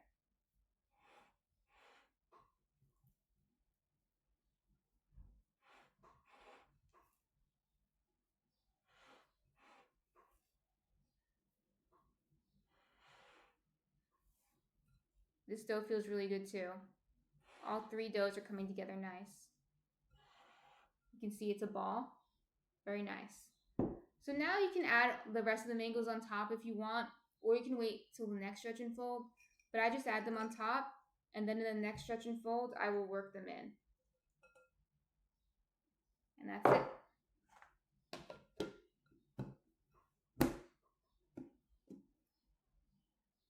I got these bowls. They sell them at like my local supermarket, which is ShopRite here.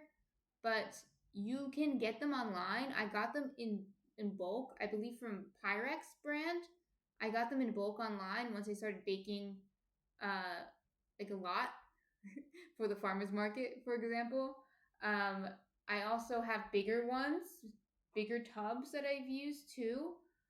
Actually, it's this size tub. I'll show you. It's right here. You probably won't need a size this big, but I've also baked. Oh, good. Back on the road, the bear fan. I'll talk to you soon. Don't talk while you're on the road. So this right now has flour in it, but I've used this actually to ferment dough before. If I'm making a huge batch for the farmer's market, I will ferment in this big tub, but you probably won't need it. But this is good because it has lines on it, and you can kind of measure how high you want the dough to ferment based on these lines. But this size, I think, is perfect for single doughs. It's 2.5 quarts or 2.4 liters, about the same thing. And then it has a cap on it, and Pyrex sells them with the caps. So if you're interested in that, you can get them online, and they're great. I'm not sponsored by Pyrex. Pyrex, sponsor me. Thank you. But yes, so now it's about 11:20. We're actually going to let it rest another half hour and then do another set of stretch and folds. Keo says, get that Pyrex money. Yep, I'm going to get that Pyrex money for advertising for them because they make great bowls with nice caps. But yeah, we're going to wait another half hour. Then we're going to do another set of stretch and folds. And usually I stop at 3, but I think I'll go to 4 this time to make sure the gluten is developed. We have a few doughs that could have precarious gluten development. The pumpkin sourdough, because I added so much pumpkin to it, might have a hard time developing gluten. The whole wheat one, because we added so much whole wheat to it, could also have trouble developing gluten. And the mango one looks good, but oftentimes adding the add-ins sometimes makes it difficult to build a good gluten structure. So we'll do a 4th stretch and fold just in case. And then after the stretch and folds, we're just going to let it rest for 4 to 6 hours, depending on how quickly it ferments. And then we'll shape it. Like I said, I don't think we're going to shape it today together, which is okay. Because, like I said, I have shorts of me shaping the bread already, if you're interested in how to shape it. And I'm doing so many of these sourdough bake with me's that we will do another shape. There will be a day, maybe next week or the week after, where you will see me do the shaping stage. So you'll see it.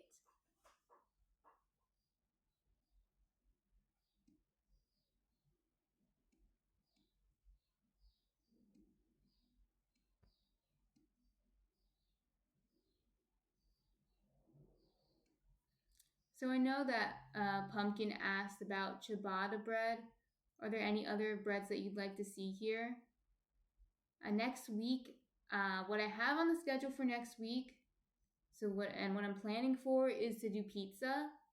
I've had a few people suggest pizza, and I believe it is pizza month for some reason. I don't know why, but it is, and I don't fault that. I don't think that's a bad thing. Pizza month is great.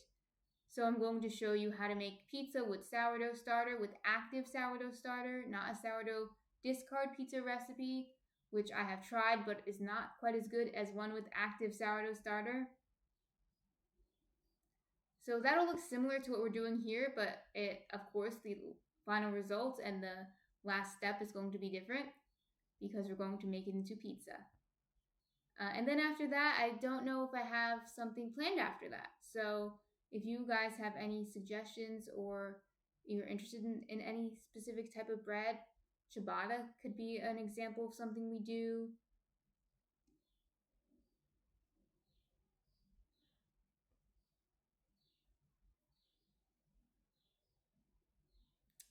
I mean, what else do I have? Let's see. I can just read from a list of things that I could do. I might be actually doing that week. I might be doing another bagel week because I want to practice the bagels again. I mean, who doesn't want to practice bagels again? So I have some things under here for bagel week. So that might be fun. I don't think I'm going to make green bagels, but I'm going to make maybe purple bagels. Alex asks, is it easy to make bagels? I would say it's fairly easy, but there is an extra step, and that's that you have to boil the bagels. Bagels are not bagels, in my opinion, unless they're boiled. So Alex said, I've tried making bagels once. They were good, but I don't know where I went wrong. Alex, did you boil the bagels? Did you remember to boil the bagels? So, bagels are essentially the dough is going to be stiffer. We've done it before in stream, but I'm going to do it again because um, oh, okay. Okay. Alex said she boiled the bagels, but they didn't hold their shape. So my guess is that if they didn't hold their shape, that the gluten wasn't developed enough because that's what's going to have it hold its shape. So bagels are lower hydration that makes them stiffer, and because they're stiffer, you have to really knead the dough. We can't just do these stretch and folds that we're doing here. It's not going to work. You have to knead the dough rigorously. And that's the same problem I have with the bagels actually, because I do everything by hand. And the last time I made the bagels, some of them ripped, and that's why I want to practice more. I want to get it so none of them rip, right? And they ripped because the gluten wasn't developed enough. That's why they ripped. So Alex said you should do shaping lessons because I think that's where I struggle. Yeah, yeah, shaping can be difficult. But on my if I don't get to shaping today, on my Twitch and on my YouTube, I have the shaping shorts. I have one for a batard, yeah, for a batard, and one for a boule. Batard is the oval ones like this, and a boule is the round one. So one's like that, and one's like that. And I have two shorts, one for a batard and one for a boule. So if I don't get to it today, I will. It's there, and I will do it again. I will 100% do it again. Today was a weird day where I started late, but usually I start early, and then I do another stream at the end of the day where I show you how to shape it. Alex says, I'll definitely take a look. But with bagels, when you're kneading a bagel, you have to knead it like a lot. You really, really have to knead it. Or it's going to not hold its shape when you're boiling it, and it's going to rip in the oven, which has happened to me. So especially if you're kneading it by hand, just go for it. Just go into it. And something else is that you must boil them. So I see so many things online of people, and it gets me, man. It bugs me of people making bagels out of, but they're not bagels. I see a lot of great videos online too of people making great bagels that look delicious and that are, boiled and is great. But I see people making bagels out of things that are just like crescent dough, but they shape it like a bagel and they're like, look, a quick bagel. And I'm like, that's a bread bun shaped like a bagel with a hole in the middle. It's not a bagel, right? So you really have to boil the bagels. And what's key is you have to boil the bagels in alkaline water. And I don't mean buy alkaline water from the store. Don't do that. I mean, traditionally, they put lye in the water.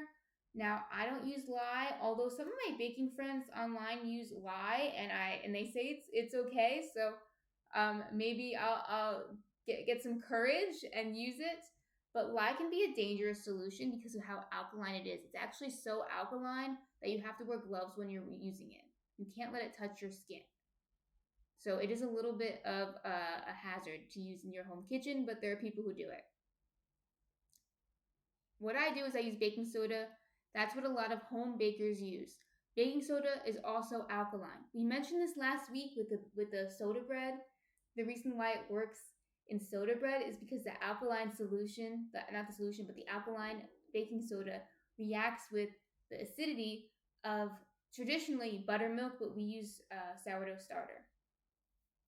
So that's why that works, right? But in bagel making, we want the boiling water to be alkaline, and that's going to create the quintessential bagel crust.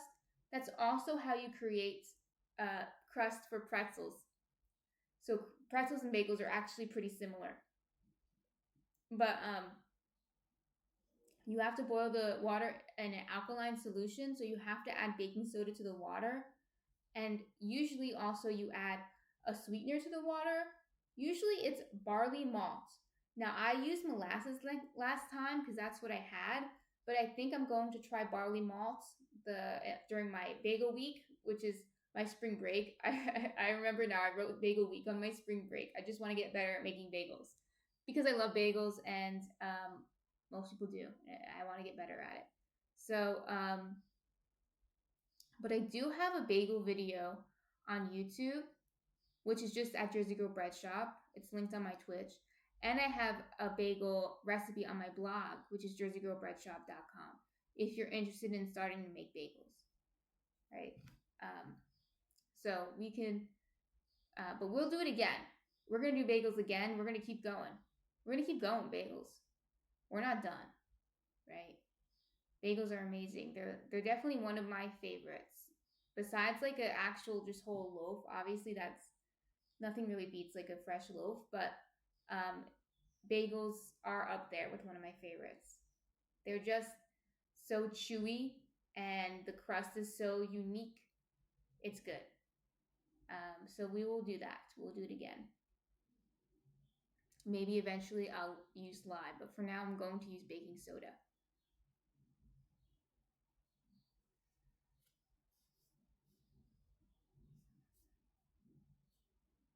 What else do we have here that we could do in the future? I know we did a few sourdough discard recipes already. For those of you who weren't here in the past weeks, we did miso banana bread, and we did cornbread, and we did soda bread. And all that means is when I say sourdough discard, is that I took some of the sourdough out of here, but I didn't use it to make bread rise. I used it in a recipe in another capacity, so I didn't use it to ferment dough, right? So I used it in the banana bread for structure, and in the soda bread, I used it to react to the baking soda. It needs an acid to react to the baking soda, and sourdough starter is acidic. So those are options as well. Sourdough discard recipes. We've done it 3 times already though, so I'm probably going to do another one for a while. I'd rather show you how to ferment things with the sourdough.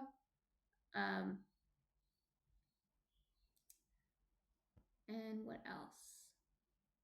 There's also other things we could do, maybe not yet, but we'll do it soon, where we can make things with the bread.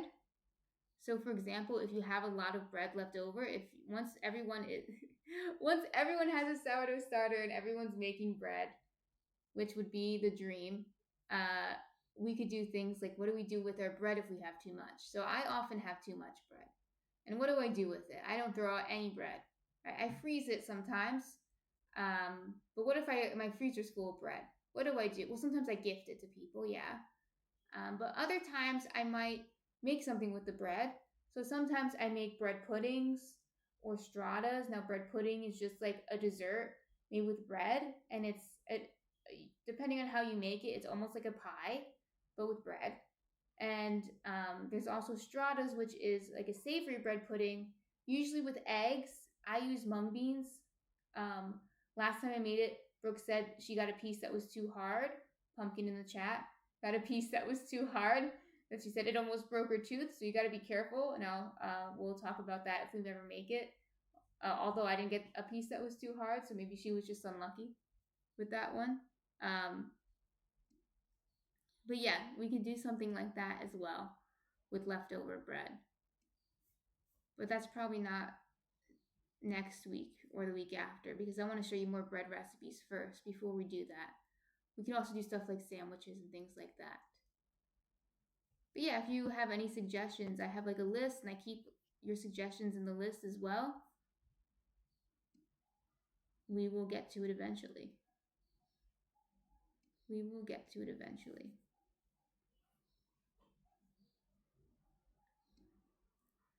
So I know everyone's in a different place, but if you are where I am, you might be experiencing an early spring. It's really nice out right now. It's gorgeous. How's the weather where everyone is? Is anyone planning anything to do anything in the nice spring weather? Might go for a walk later if I have some time.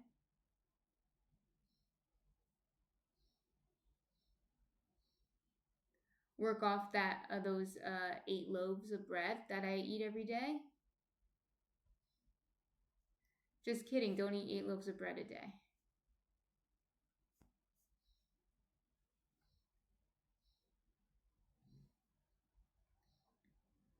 Do not eat 8 loaves of bread a day.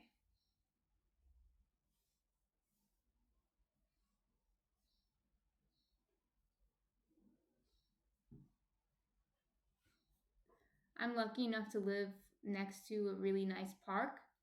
And Alex says, I think we might take a walk at the park later. Yeah, that would be really nice. That sounds like a good idea. I might do the same thing. So I'm lucky enough to live next to a really nice park with, um, well, there are cherry blossoms. I'm not sure if the ones that I saw were cherry blossoms, but there are cherry blossoms in the park, and they're starting to bloom early. I saw some starting to bloom already, and I think the trees are confused just because it's so nice out recently. Where I am, it's this very pleasant for this time of year. It's still, I mean, usually this time of year it's starting to get nicer, but it's still winter and it does feel like spring. It feels like we're a few weeks in advance. We're a few weeks ahead, but I'm not complaining about that. I think that's great. I think that's great.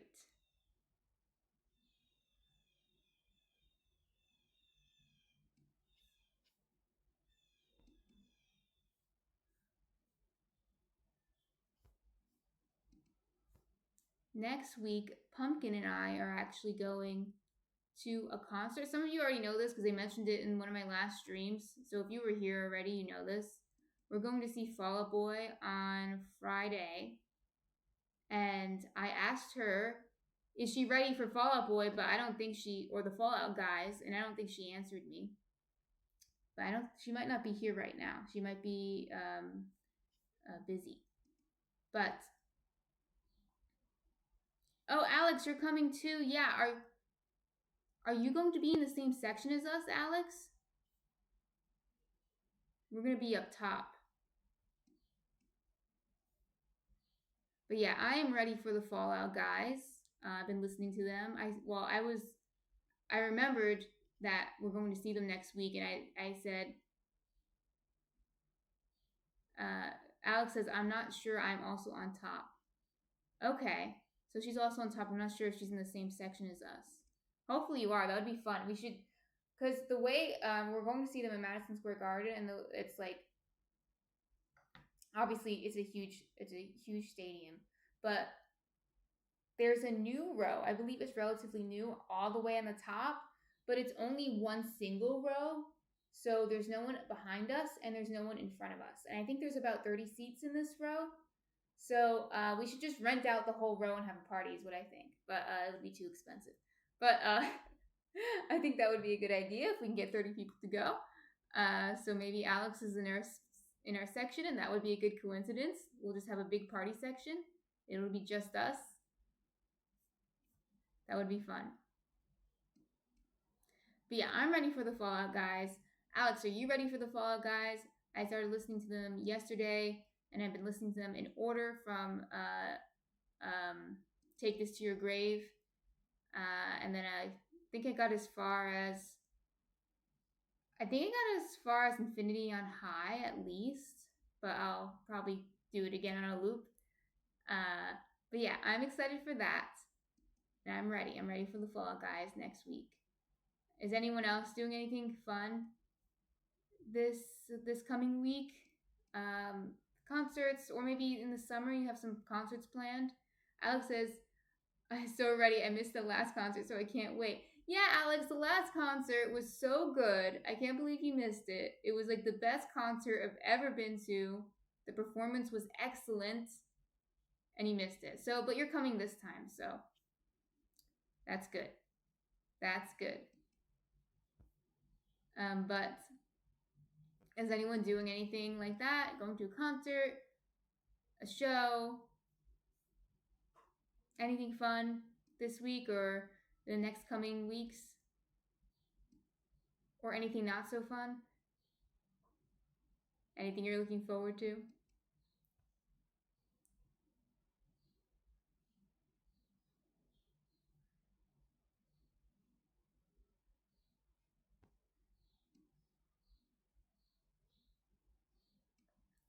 besides baking bread, of course. I'm sure you'll be baking bread, and that is something to look forward to. Indeed. Indeed, that is something to look forward to. I look forward to that every weekend when I get to bake bread with you. So,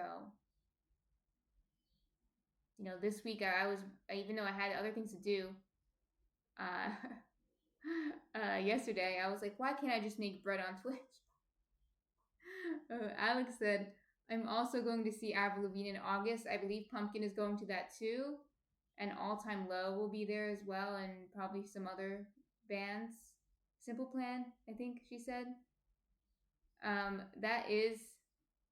Jamie said, what year is it? Well, Jamie, good question. But I get on my high horse about this all the time. And maybe some of you in the chat are younger than me, so you can correct me if you think I'm wrong. But I think most of you in the chat are around my age. So let me get back on my high horse about this. The internet has ruined the music industry. And I don't mean to say that all new music is bad, because I don't think that's necessarily what's going on. I think that the social media has just ruined the music industry. So there are really no big superstars that have come up recently. The biggest one I can think of is like maybe Olivia Rodrigo was relatively new. And maybe Ice Spice. Yes, Ice Spice is relatively new. But most of the big superstars that are still big superstars now are legacy acts. And by that I mean they're like at least 10 years old, and they've been popular for, not 10 years old as in they're 10-year-old people, but they've been around for at least 10 years and have been popular for at least 10 years.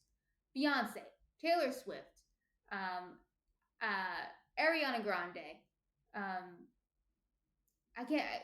Rihanna, all these people who are still relatively popular. I don't think Rihanna still makes music, but Beyonce still makes music. Taylor Swift still makes music. They're the biggest pop stars there are today. And Taylor Swift and Beyonce were making music when I was in middle school.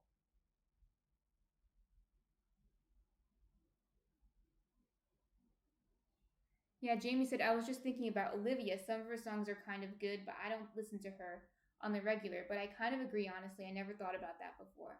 Yeah, the music industry is totally like just living in the past.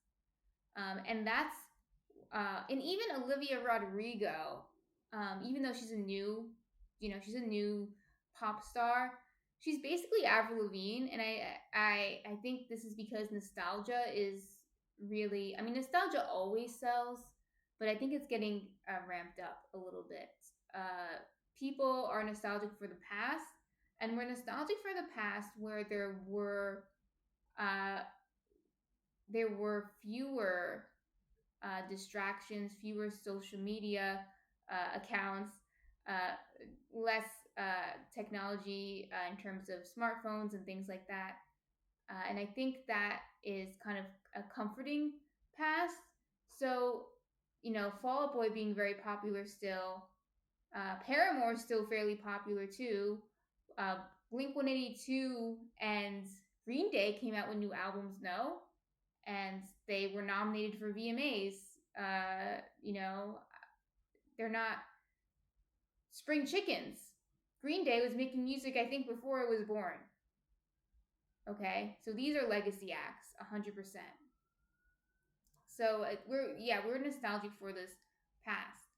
The genre that has been most hit by this is definitely the rock genre.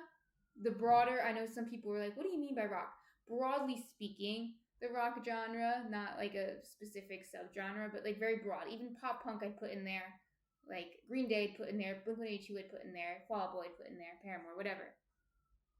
Jamie says, I still think about My Chemical Romance on a daily basis. Yeah, so My Chemical Romance doesn't make music anymore, but they did go on a tour like a few years ago that was very popular, right? That sold out. And I think they're going to be on tour again. Not tour, but they're going to be at a music festival this year. Am I wrong? I think they're going to be at a music festival this year. A music festival that is based on nostalgia. I think they're gonna be at the When We Were Young festival, Jamie. I think that's what it's called, and it's a music festival based on nostalgia. Based on it, that it's called When We Were Young. It's literally called When We Were Young. They're unabashedly telling you that they are. This is nostalgia tour, right? Jamie says she needs to go. Yeah, I actually looked into it. The problem is it's in Las Vegas and it's pretty pricey. So that's why I was like, not worth it. I'll wait. I went to enough concerts this year. I had to be responsible with money. But yeah, they are. I'm pretty sure they're going to be at the When We Were Young tour. So correct me if I'm wrong. Fall Out Boy is going to be there though. I know that.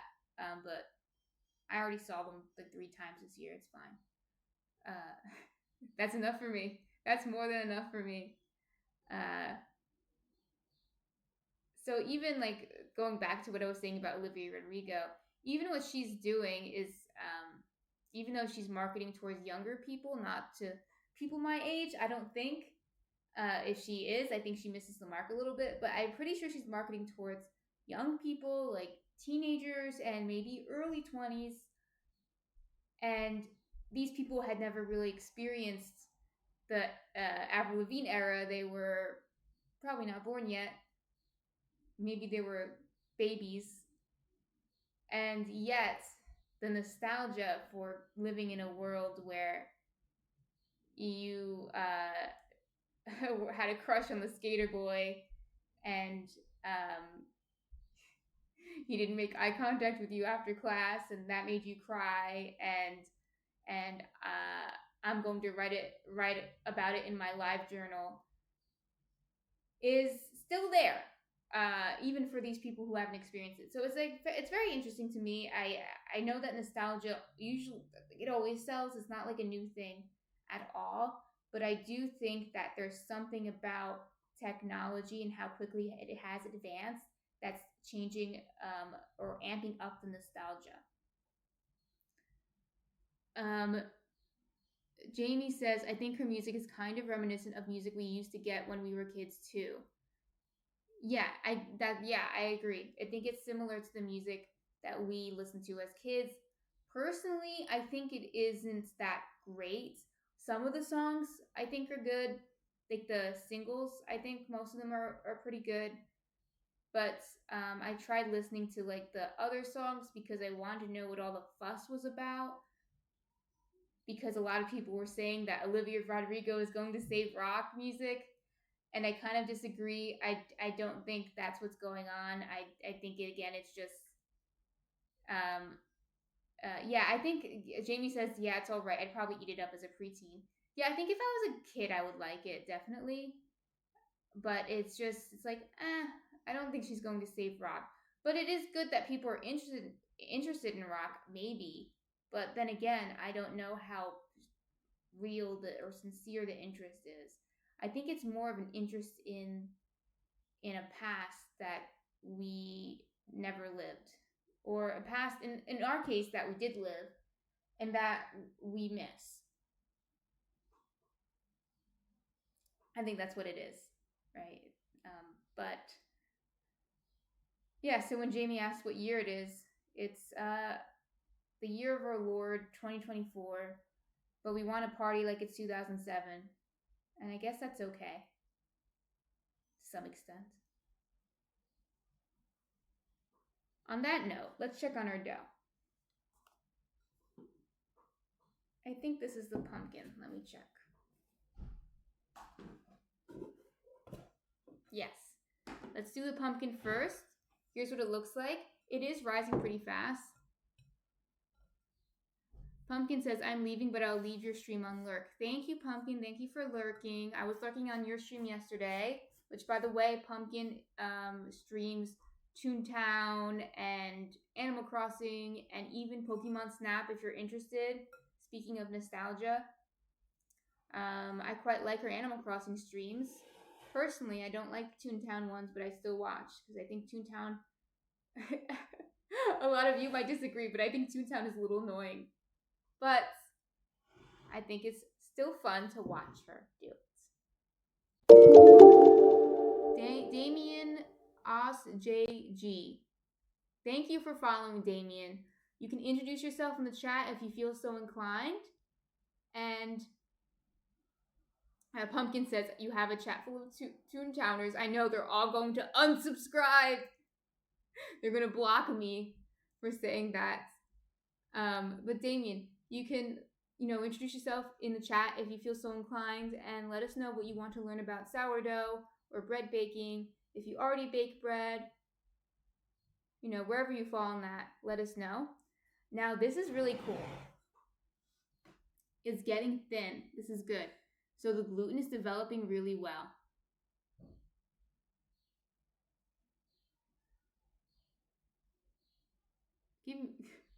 General Gummy Bear, give me a second, General Gummy Bear.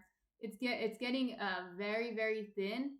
This means that it's very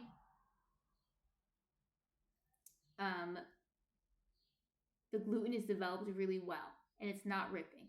So this is a good sign.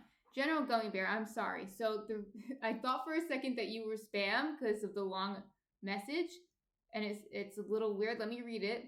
If someone mean that you don't like suddenly became super tiny in size and you held them up in your palm of your hand near your face, what face might you make at them to scare them?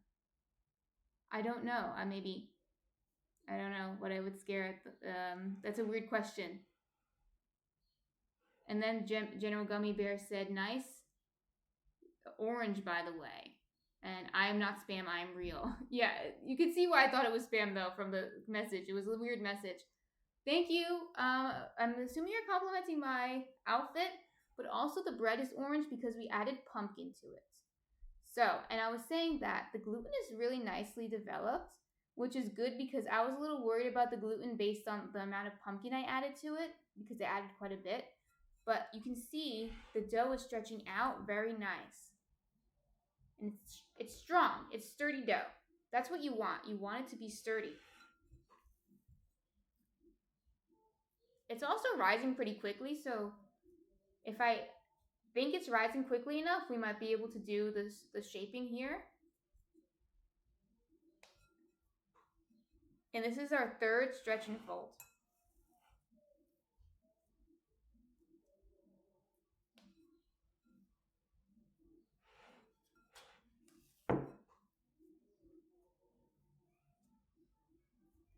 That's nice.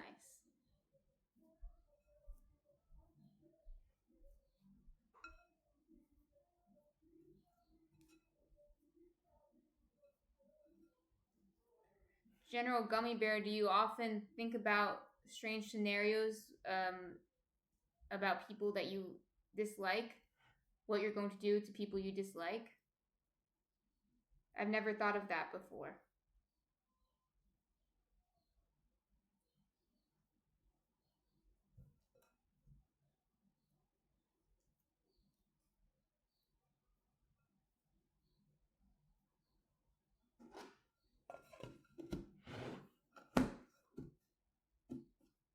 Okay.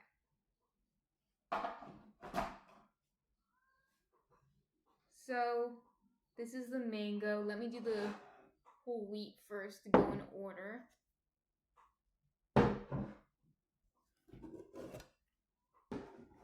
You can see it's rising quite a bit already.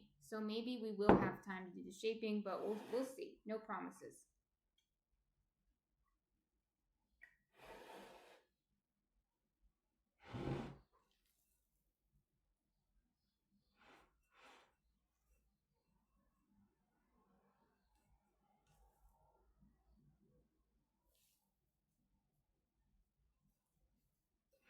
And again, I'm just doing the stretch and fold. So you see, I go up and it's very thin. It's nice and strong. Then I go back down.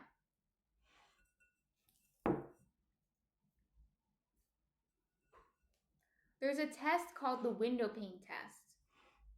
And the window pane test, the dough is passing the window pane test right now. It's hard for you to see on the screen, but the window pane test is just when I stretch out the dough and I make it thin enough to see through, which right now it is. I can see the light through the dough, and if it doesn't break, that means the gluten is strong enough that it passed the window pane test. Which means I might not have to do another stretch and fold. I'll do it anyway. I'll do it as fourth one anyway. This is the third one. But the gluten is strong enough right now. It's very good. That's the magic of bread. The magic of letting it rest in between stretch and folds.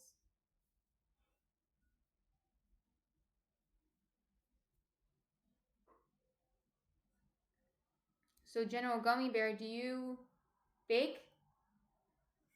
Or are you interested in learning how to bake?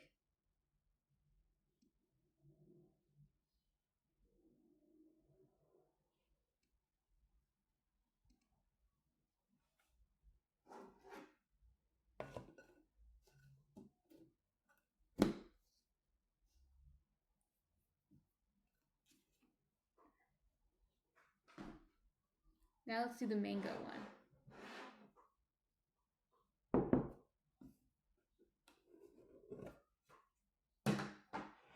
Same thing, we're going to stretch it out and fold it over.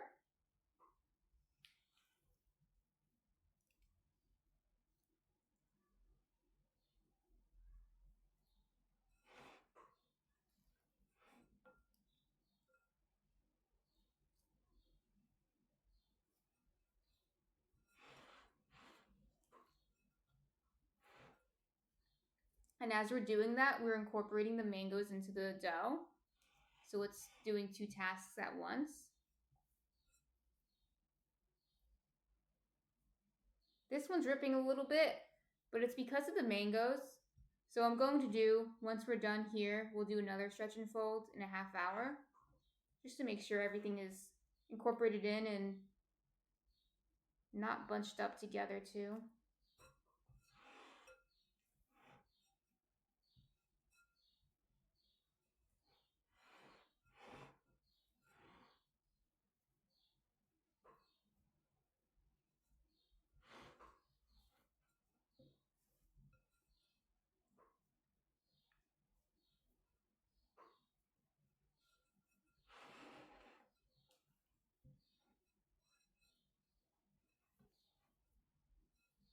The dough already feels a little drier from the mangoes absorbing the moisture, but that's okay because we added a lot of moisture in the beginning. We added extra hydration because I knew this would happen.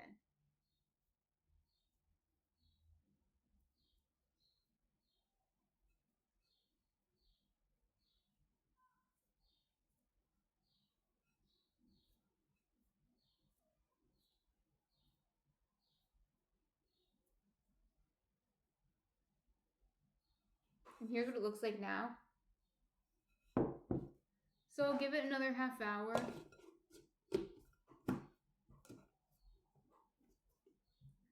And then we'll check on it.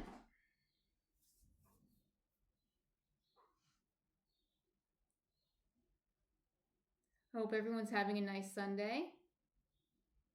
I don't think any of you are baking right now, but I wish that for you. I wish that you're having a nice baking Sunday. Maybe next week you can bake. Well, I do want to do that too. Once I have enough followers that I feel like I can get a group of people to do a bake with me, which may be soon actually. Thank you for the follows, by the way. I really appreciate it. But once I have enough, we could do like a bake with me where we choose a recipe that's already up on the blog or a recipe I can share with you in advance so you can get all the ingredients together.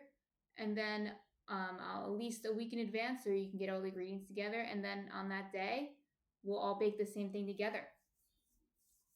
That would be fun to do. So maybe we can do that. Definitely, right now I'm working. A lot of you know that I also work. I'm also a teacher. But the semester is actually more than halfway over. That's good. Well, it is good because the summer's coming up, and in the summer, I have more time, so we could do, that would be a good summer activity for us to do. Alex says, "Oh, that sounds so fun." Yeah, I think that would be a lot of fun to do. So maybe in the next few weeks or maybe next month once I'm off of school, we could, well, school slash work, I could do that. We could do that together.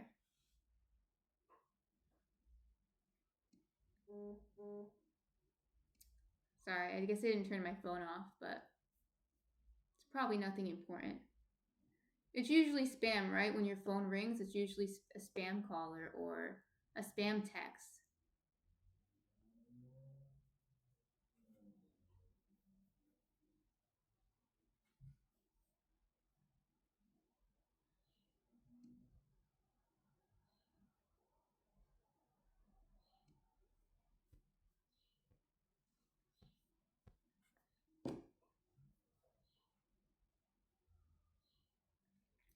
You know what? I kind of want to do a day um,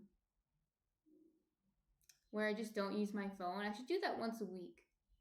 Does anyone have any routine where they do that? I know now I have a timer on my phone where if I'm using an app for too long, it tells me so I can turn it off.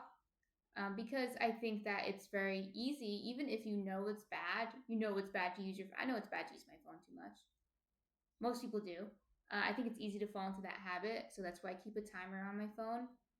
But speaking of like the phone just ringing right now, it just reminds me like I have my phone right here, and I probably don't need it right here for the most part, right? Should do a day where I just keep my phone off and don't use it. Um, I don't know. Maybe I'll think of doing that on a Sunday or something. Sunday would be a good day for that. Does anyone do something like that where they have one day where they just, do a technology detox or something?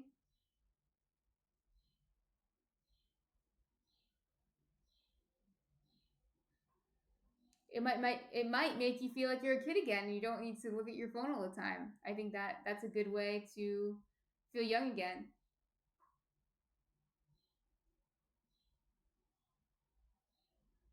Maybe even more so than going to all these concerts and listening to Olivia Rodrigo.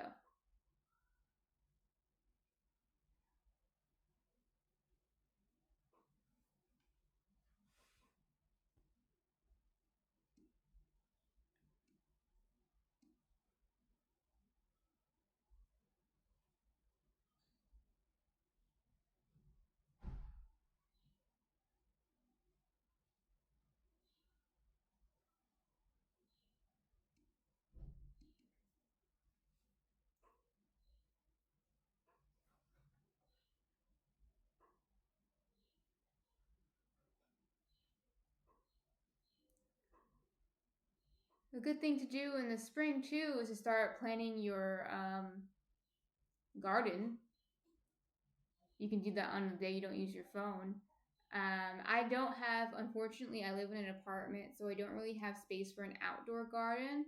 Although hopefully, eventually, I am saving money, so hopefully, eventually, we will have space for an outdoor garden. But I do have a pretty good collection of plants that I have growing inside. I have a fig tree. I have two parsley plants, and I have a pepper plant that is somehow still alive. It's been like 3 to 4 years. It still grows peppers. Not a lot of them, but it still grows them. And I have what is this? Scallions? They're scallions. They're kind of loopy, but they're still alive. I was going to maybe plant new ones, but these guys are actually still fine. We'll see. I hate killing plants, even if they're a little loopy. I don't like killing them. If they're alive, I keep them alive forever. Um, it's hard for me to kill them anyway. I did last year. I had mint plants. I had a lot of mint plants. I like them. I like mint plants. I think they're pretty. I think they smell nice, and I think they taste good. But at least in my environment, I really think it has something to do with my environment because other people seem to have no problem with mint plants, but they tend to get fungus.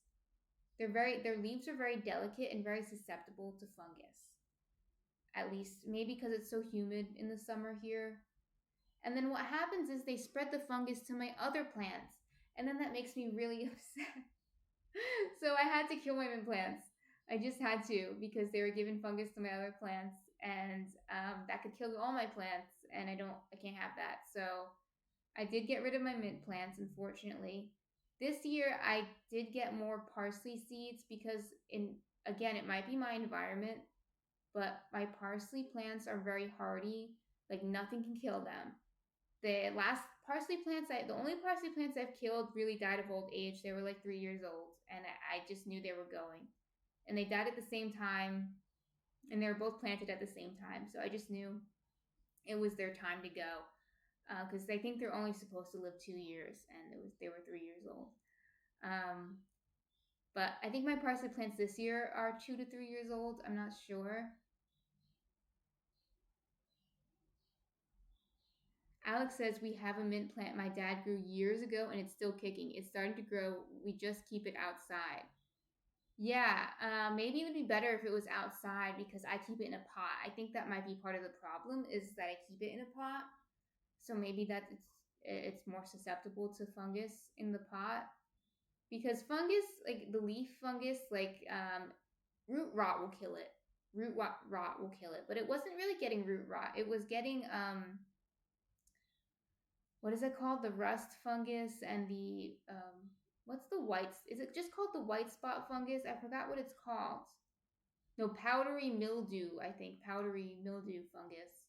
It was getting that a lot, and it won't kill the plant uh, outright, but it could kill the plant in the long term, and it will affect other plants. But my parsley plants are so sturdy, and I'm just going to plant more parsley. Alex says ours is in a pot, but just outside. Mint is in as I've. So if you have it in the ground, it will just keep spreading. Yeah, mint is invasive. I think that's what she meant. Mint is invasive, so it will just keep spreading and probably take over your her whole garden. Yeah, I don't know. I don't know. Everyone seems to think or say that mint is so easy, and I have trouble with it. Again, I think it has something to do with my environment, like it being inside, or maybe it's just too humid. Maybe I water it too much. I don't know what's going on. But for some reason, I can't get like what Alex is saying about her mints surviving forever and being like low maintenance. Um, is what I hear most people say. So I'm in the minority here. I don't know what's going on. It's probably a me problem. Alex said I had no luck with parsley. I'm trying again this year. Yeah, my parsley's doing good. My parsley is very, very hardy. Um, I'll show you in a few seconds. I can just go up and grab it. It's right in front of me. Um, and it stays inside. It never goes outside. I mean, the window's open right now, but other than that, it doesn't go outside. And I've had problems with bugs, with fungus and other things, but it never dies. It just, it keeps driving, which is what I like about parsley. It keeps driving. But yeah, I'll show you. It's 12:11. Yeah, I'll show you now, and then we'll check on the bread one more time. It's right here. I don't even have to put. Be right back.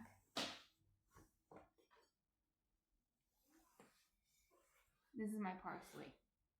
See? Isn't he cute? He's so cute. So you can have this too, Alex. And you can see, I think, are there bugs on it? I actually don't see any bugs, so that's good. It sometimes gets what are they called? The fungus. Not the fungus, sorry, the mites, the spider mites. So anyone who gardens knows about spider mites because they're really annoying. They just cling on to the leaves and they like make webs on the leaves, and they spread really quickly. So they were also getting on my mint plant and then spreading to the other plants, and they're kind of hard to get rid of. But the parsley plant usually I never had a parsley plant die because of spider mites. So yeah, they're really hardy and I love them. So I'm going to plant more this year.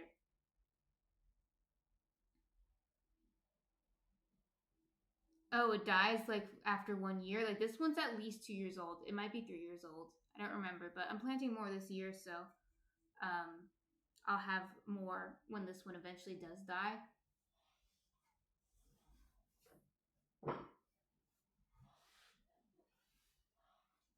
But yeah, herbs in general are pretty easy to grow. So if you want to start an indoor garden, herbs are a good place to start. I do have a fig tree over here. Maybe one day I'll show you the fig tree. But it's pretty big. I guess I could show you today. I'll show you later. I went seed shopping yesterday for my garden. Alex, what kind of seeds did you get? I'm curious. I love gardening. Oops, I got dirt here.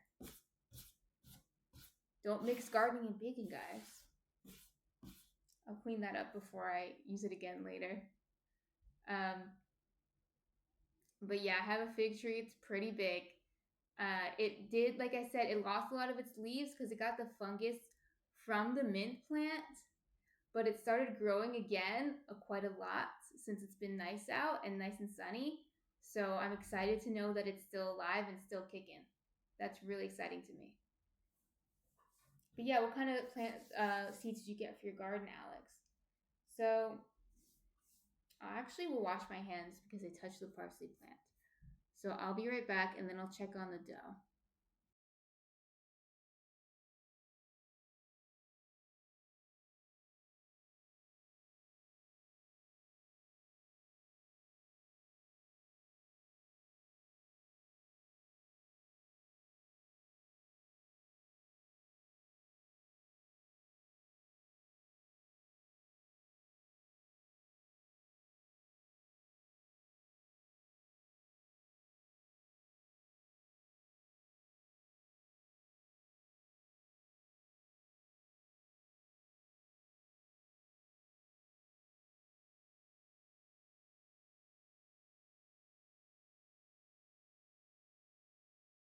So Alex said,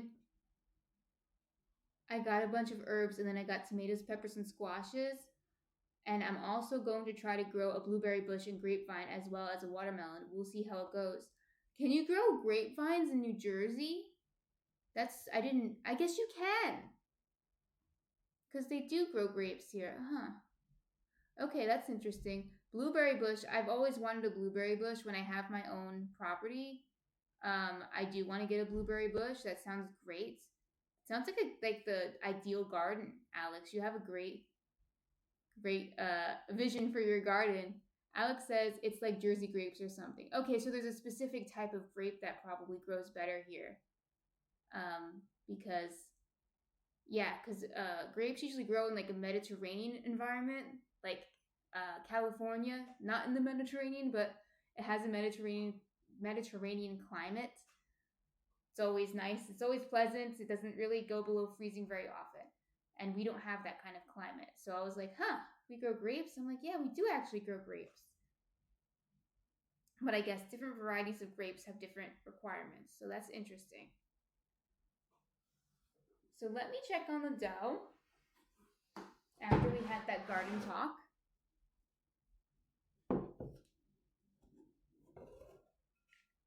Okay, so here's the pumpkin dough.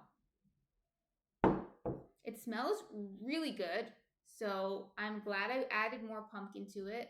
At first, I was a little bit like, ooh, maybe I added too much, but it smells really good. Let's check on how it feels.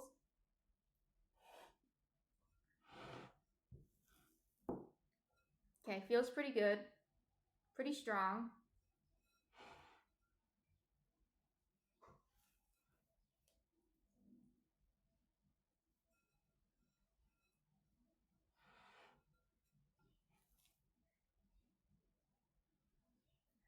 Alex says she made a trellis last year. That's really exciting. I'm a little jealous. I'll catch up to you.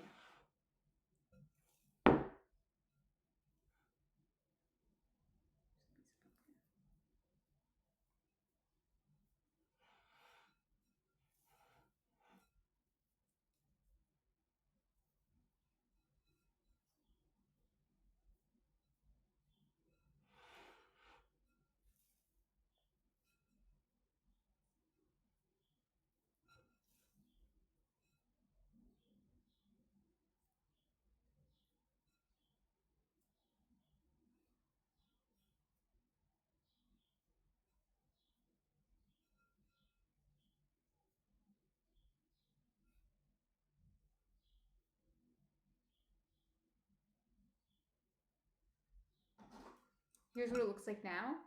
It's a nice tight ball. Very nice.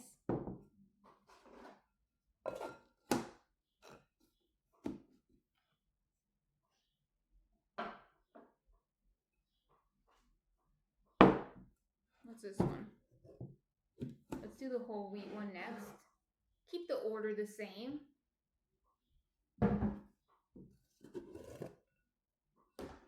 Another stretch and fold. Ooh, this one feels nice. See how it came up like that? So smooth. So up and then back down. And the ball feels like bouncy now. It's nice bouncy because it's filling up with air.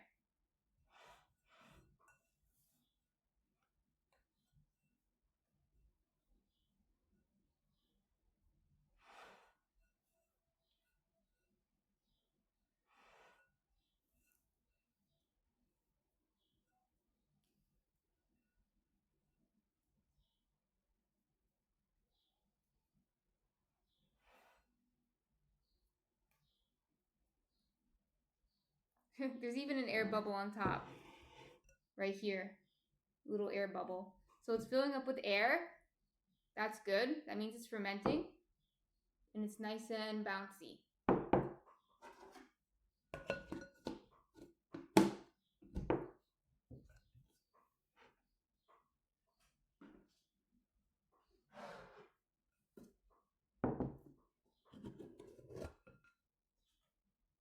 Here's the mango. We're going to do the same thing.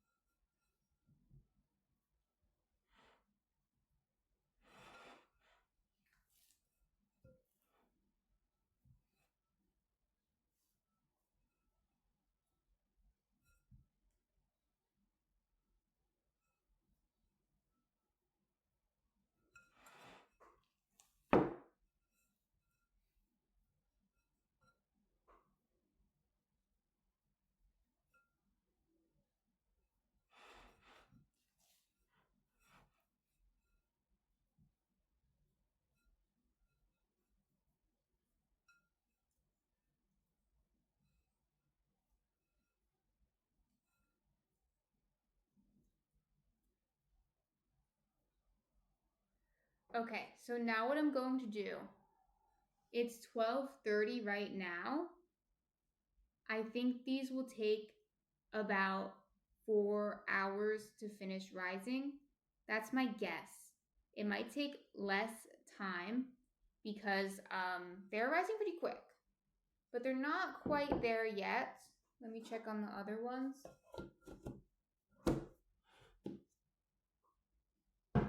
And those 4 hours are free time for you, right? If you're doing this at home, they're free time for you. So let me see. Yes, so I think it'll take 4 hours. Now, I love these bowls for so many reasons, but one of the reasons I love these bowls is because I can tell when the sourdough is done because it'll almost be to the top, almost touching the cap.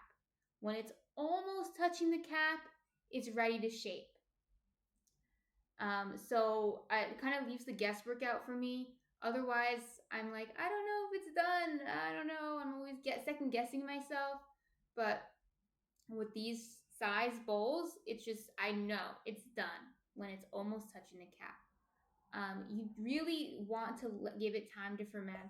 Under fermented dough is not good. Over fermented dough is also not good. But over fermented, or under fermented rather, let me go back. Under fermented is worse. It will make the dough heavy. It won't be as pleasant. If it's really under fermented, the texture will be all wrong and it will be almost unedible. So you really want it to let it go. You really want to let it ferment. So I actually think it's only 12, not even 12:30 now. I actually think these might be done by 4 p.m. That's my guess. Usually it's done by 3 p.m. and we start doing the shaping at 3 p.m. I think these will be done by 4 p.m.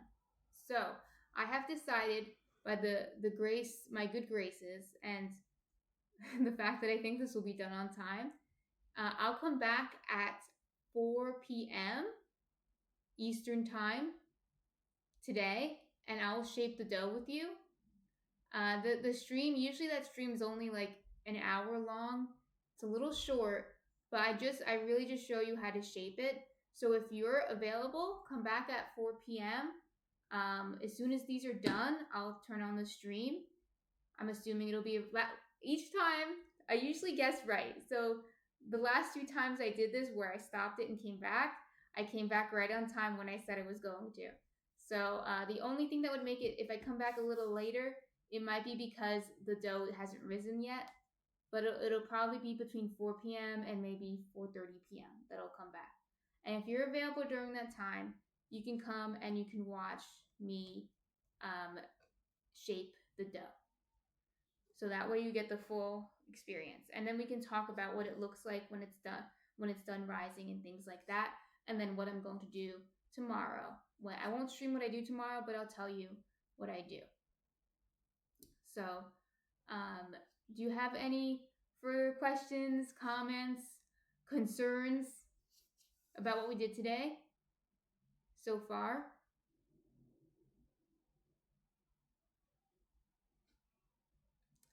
So I'm going to go eat lunch and take a break. And then around 4 p.m., when this is done rising, bless you, Munchkin.